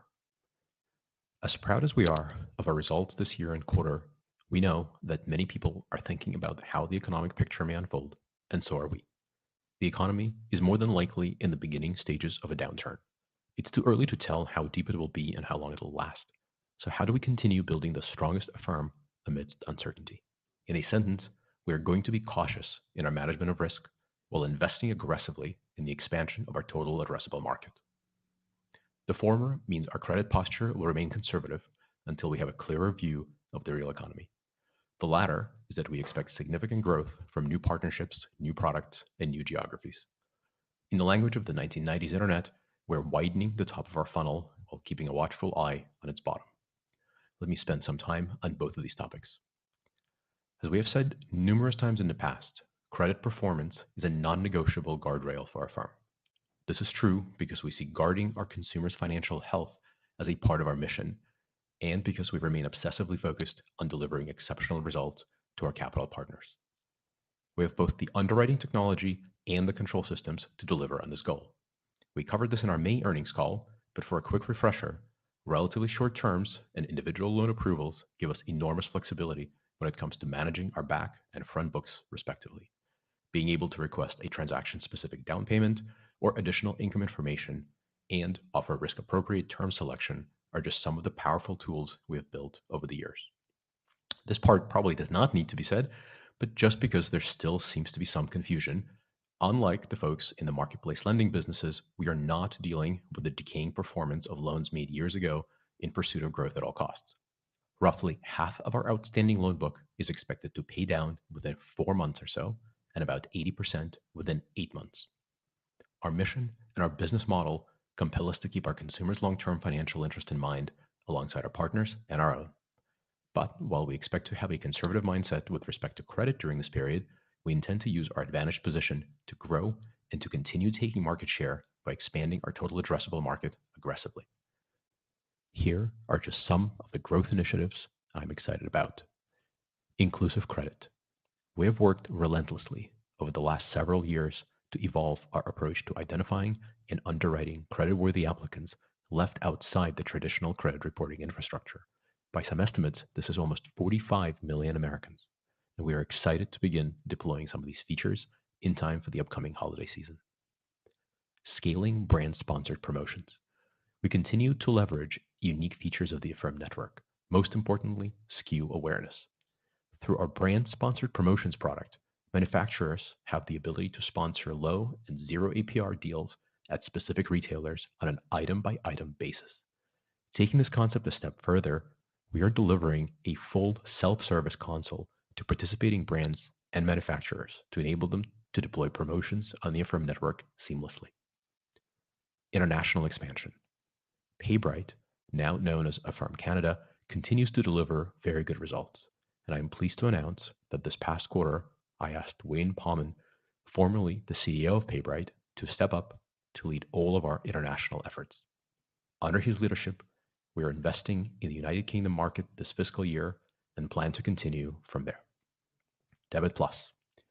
We have spent significant time fine-tuning Debit Plus this quarter, focusing on the usability and profitability of the card.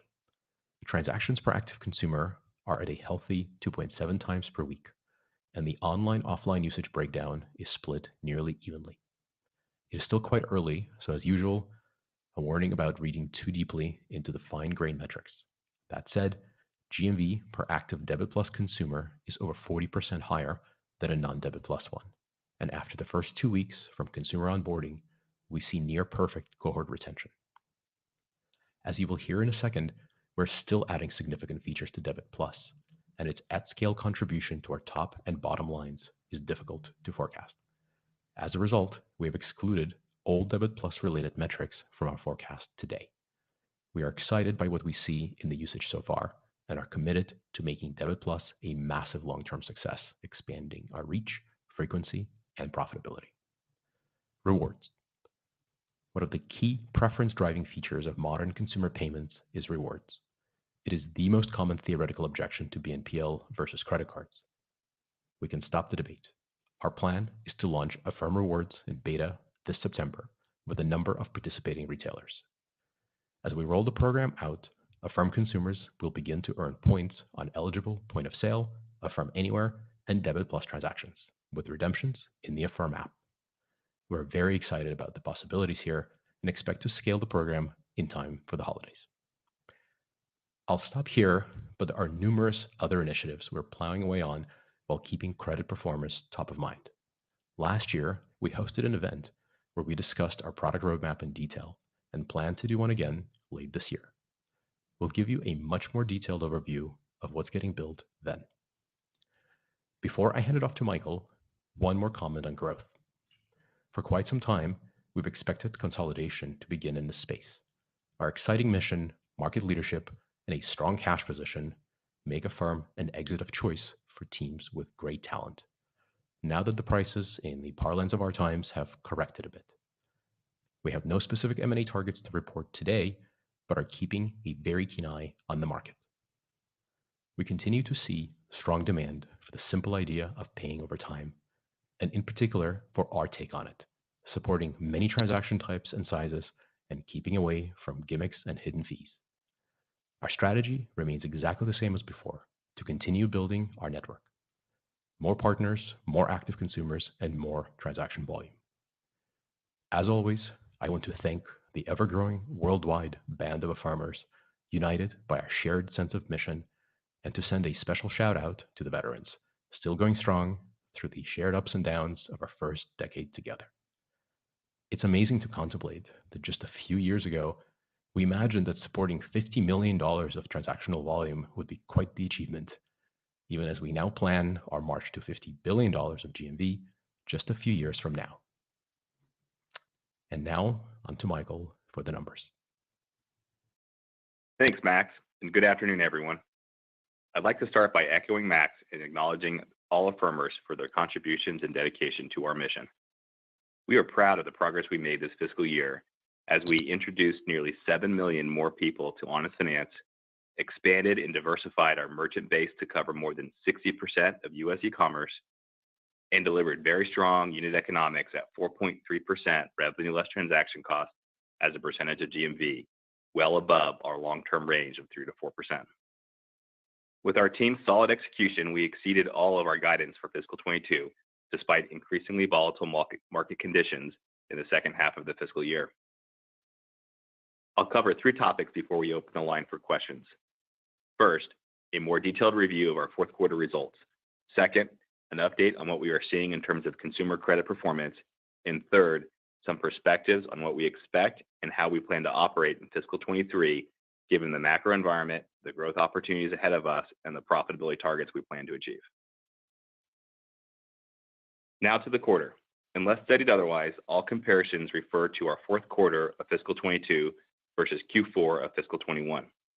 Our Q4 earnings supplement is also posted on our IR website. We continue to scale our network. Active consumers increased 96% year over year to 14 million, and active merchants increased to nearly 235,000.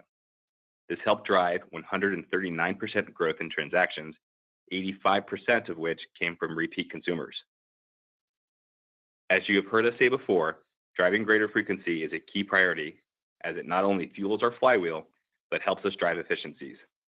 Annual transactions per user increased for the 4th consecutive quarter to 3 transactions per year, which was up 31% year over year. We grew GMV 77% and 89% excluding Peloton. Our strong traction across our enterprise partnerships continued throughout the quarter, with our 3 largest partners making up roughly 30% of our total Q4 volume. Our volume with our 2 largest partners grew 27% sequentially from Q3 and are still in the beginning stages of their integration. On slide 9 of the supplement, you can see just how diversified our network is across industries. This represents a key area of strength and resilience for Affirm, particularly as consumers shift spending patterns like they did in Q4. That said, given how underpenetrated we are today, our growth is not limited by the growth of our merchants or even broadly to e-commerce. For example, e-commerce penetration retreated to its pre-COVID trend line this quarter, and our growth still outpaced the broader market by an order of magnitude. Travel and ticketing increased to $545 million, up 87% from last year, and a staggering 443% compared to pre-pandemic levels of Q4 in 2019, highlighting the success of our investments and partnerships in the category. American Airlines, Expedia, Priceline, and Vrbo were all top 10 merchants for Affirm this quarter. General merchandise grew to over $881 million, 477% above last year, driven by our deepening relationships with Amazon, Walmart, Target, also top 10 merchants for Affirm in fiscal Q4. PayBright more than doubled, posting year-over-year GMV growth of 116%. PayBright continues to hold a market leadership position in Canada that includes merchant relationships with Apple, Samsung, and Hudson's Bay Company. Turning to the financials, total net revenue grew 39% to $364.1 million, above our outlook of $345 to $355 million, and grew 49% excluding Peloton. Network revenue grew 39%, and interest income increased 33%. Gain on sale increased 30%. Revenue as a percentage of GMV contracted by 226 basis points to 8.3%, driven by a mix shift away from longer duration 0% loans and towards short-term split pay loans. Split pay GMV grew over 193% year on year and accounted for roughly 23% of GMV in the fourth quarter compared to 14% last year, as you can see on slide 8 of our earnings supplement. Split pay has a different economic profile compared to our core 0% APR program, and the composition of these two products effectively reversed year over year as we have expanded into higher frequency transactions. This resulted in a year-over-year decline in revenue take rates, which we express as a percentage of GMV.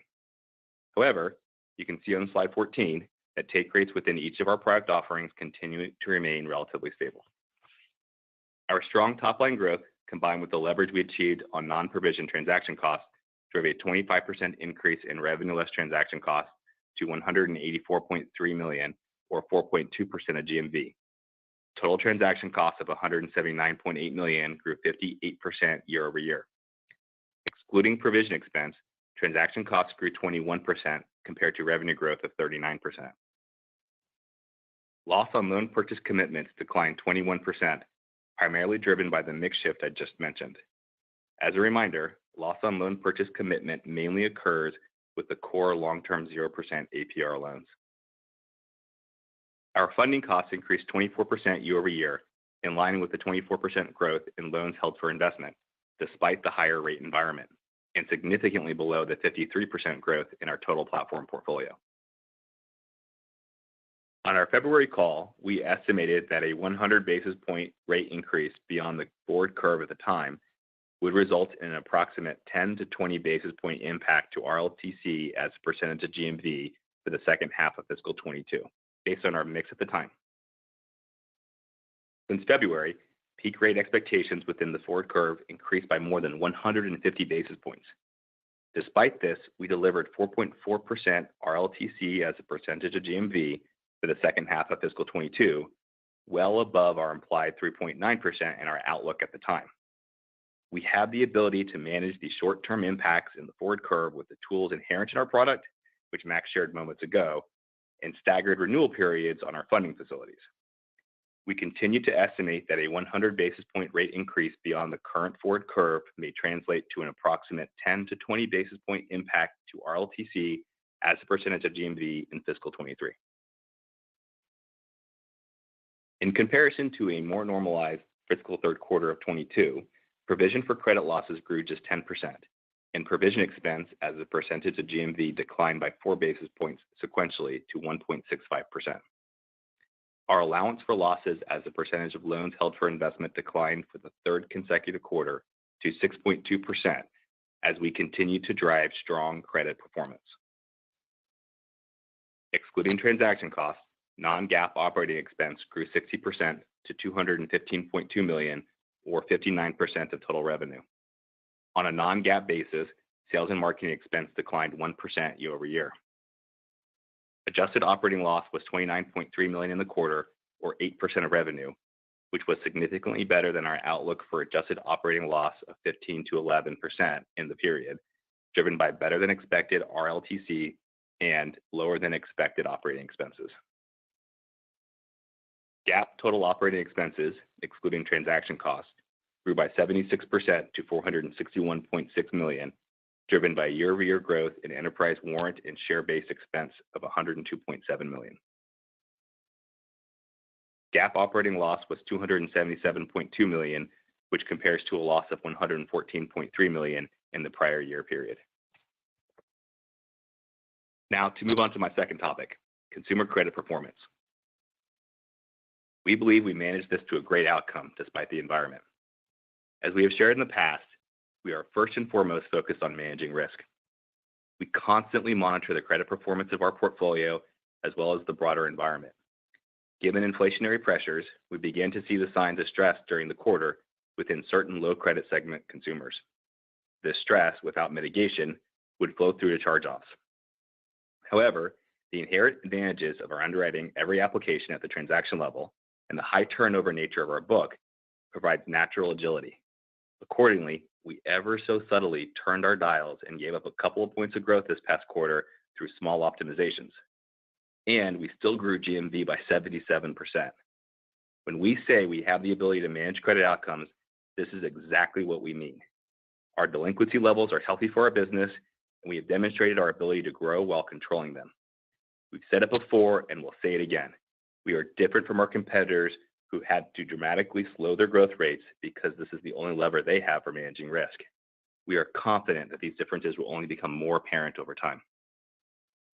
With that, let me turn now to our outlook for fiscal 23.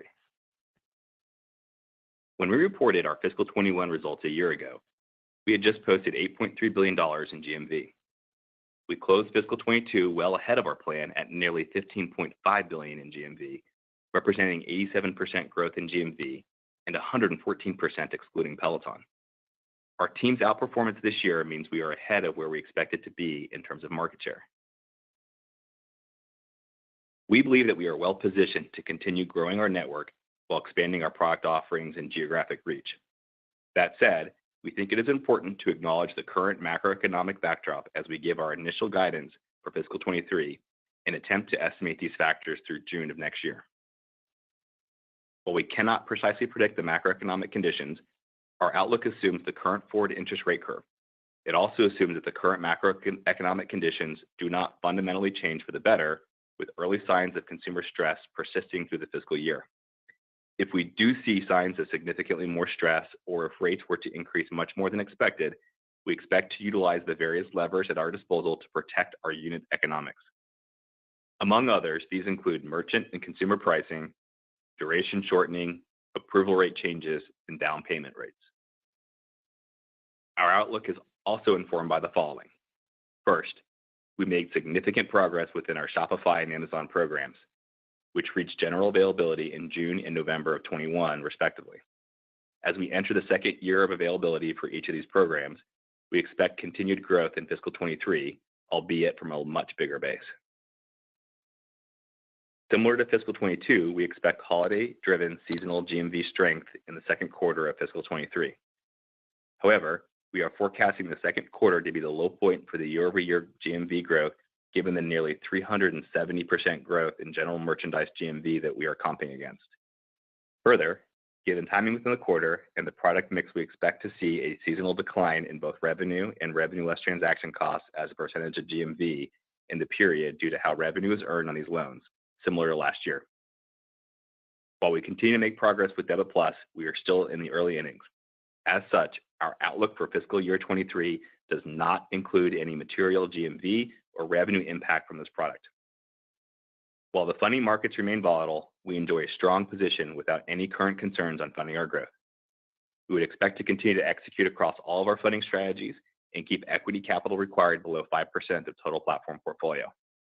At that level, this would reflect marginally less ABS execution proportionally this year. With that context in mind, for our fiscal year ending June 30, 2023, we expect gross merchandise volume to increase between 32 and 42% from fiscal year 22 to between $20.5 to $22 billion. This would imply a 2-year compound annual growth rate of between 57 and 63% versus fiscal 21. Accordingly, we expect revenue of $1.625 to $1.725 billion, representing year-over-year growth of 20 to 28% in a 2-year compound annual growth rate of between 37 and 41%. The forecasted contraction in total revenue as a percentage of GMV in fiscal 23 is partially driven by our aforementioned interest rate expectations and the continued mix shift to expand into higher frequency purchases. Turning to expenses. We expect transaction costs of $865 to $915 million, reflecting a modest year-over-year reduction in transaction costs as a percentage of GMV. This improvement is expected to be driven primarily with the loss on loan purchase commitment line. As a result, we expect revenue less transaction costs of $760 to $810 million. Revenue less transaction costs as a percentage of GMV is expected to be roughly 3.7%, in line with our long-term model of 3 to 4% of GMV. Moving down the P&L, while we will be prudent with expenses to be reflective of the current environment, we will continue to invest in engineering and product talent to support the robust product roadmap that has been and will continue to be a key differentiator for Affirm. We expect our sales and marketing and G&A expense lines to grow on a dollar basis in the year. However, these lines should demonstrate operating leverage as a percentage of revenue when measured on an adjusted non-GAAP basis. Accordingly, we expect adjusted operating loss as a percentage of revenue of 6.5% to 4.5% for the full year. As we shared at our May earnings call, we expect to achieve a sustained profitability run rate on an adjusted operating income basis by the end of this fiscal year. As we said previously, we do not expect to compromise our long-term growth opportunities as we progress towards sustained profitability. Finally, we expect weighted average shares of approximately 298 million for the year. For our first quarter ending September 30, 2022, we expect GMV to grow 55 to 62% to $4.2 to $4.4 billion. We expect that growth to drive total revenue of $345 to $365 million. Our outlook for the first quarter also contemplates transaction costs of $176 to $188 million. Revenue less transaction costs of $169 to $177 million. Adjusted operating loss as a percentage of revenue of 12 to 10%, and weighted average shares outstanding of 292 million. While the uncertain macro picture over the next 10 to 11 months, as well as us lapping some staggering year-over-year comps, are leading us to be prudent in the short term, we remain very bullish about our opportunities. We are confident in our ability to execute, and we continue to see strong underlying trends that position Affirm for further growth and success. With that, we'll open it up for questions. Operator? Thank you. We'll now be conducting a question and answer session. We ask you please ask one question, one follow-up, then return to the queue. If you'd like to be placed in the question queue, please press star one on your telephone keypad. A confirmation tone will indicate your line is in the question queue. You may press star two if you'd like to remove your question from the queue. For participants using speaker equipment, it may be necessary to pick up your handset before pressing star one. And once again, that's one question, one follow-up, and please return to the queue. Our first question is coming from Ramsey El-Assal from Barclays. Your line is now live. Hi, thanks for taking my questions this afternoon. I wanted to first ask about the July and August delinquencies. Should we think about an ongoing increase as we move forward, sort of a similar magnitude this year? Or can you adjust your credit box, as you kind of mentioned, to sort of engineer more of a plateau there? I guess an easier way to ask the question is, what provisions and losses are baked into the full year guide? Maybe that's the way I should have characterized it. Thanks for the question, and I'll start, and Michael can help quantify it. So probably the most important headline is that we are in full control. You should start seeing what we mean by that relatively quickly. One good metric or one sort of anecdote to offer. So we have been taking a fairly conservative posture, and as you hopefully heard on the call or in the pre-recorded part of the call, we have been keeping an extremely careful eye on the credit performance. All the while, our approval rates have actually gone up. So what we've been doing in the background, and not a lot. It sounds like we've opened up the funnel significantly. I think the 3 points of incremental approvals have been added. What that means, though, is that we've been optimizing credit very, very actively. This implies things like tightening in durations, asking for a significantly more down payment in some cases, asking for incremental income information. So yes, I don't think you should expect us to increase our provision. In fact, we intend to, if anything, be quite conservative. I know Michael want to quantify it for us. No, just look, I think what you're seeing very recently in terms of the sequential build is what we consider to be a pretty normal seasonal pattern. That seasonal pattern should begin to abate and go down. As you know, there's two things to think about. There's the numerator and the denominator.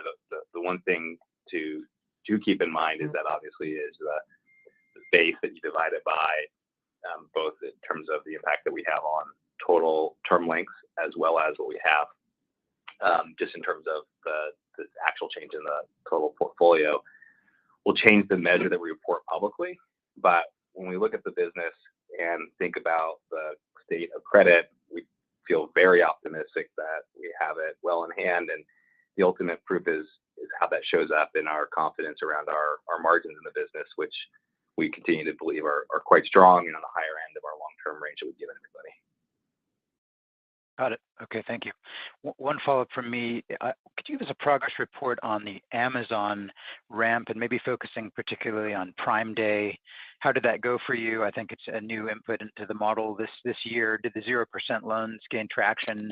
And could you see a scenario where those become a more permanent fixture at Amazon?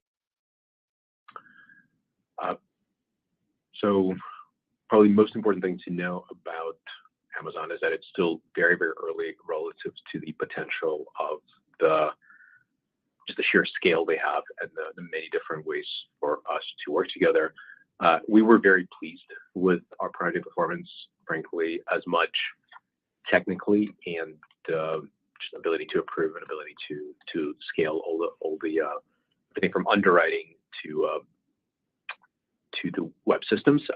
All that went really, really well, and our partners have given us high marks on that front.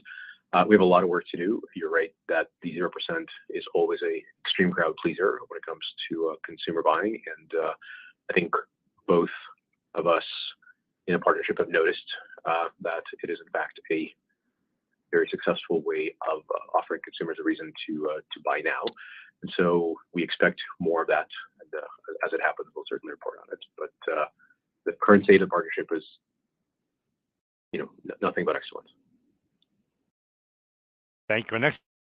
All right, guys, listen, I got to end the stream early. I'm going to post this link. I got to go do something for family. So I do have to close the stream early. If you want this earnings call, if you want to watch the full thing, here is the link. I'm going to put it in chat. My bad to end it early. We only got about 120 people here, but I really have to go do something with family. I got to run. So again, here's the link in chat. If you want to watch the rest of the earnings call, it's very easy to sign up. It's right there. My apologies, guys. I hope you guys have a good day. Hit that subscribe button. We'll be back bright and early tomorrow morning as we do. And yeah, good luck, guys. We'll see you guys later. Have a good day. Affirm sitting right around 2670s. We got the Q ripping up. And yeah, guys, hope you guys understand. We'll see you guys tomorrow bright and early for the Jackson Hole conference, for the PCE data, for live trading at the opening bell. And yeah, good luck, guys. We'll see you guys later.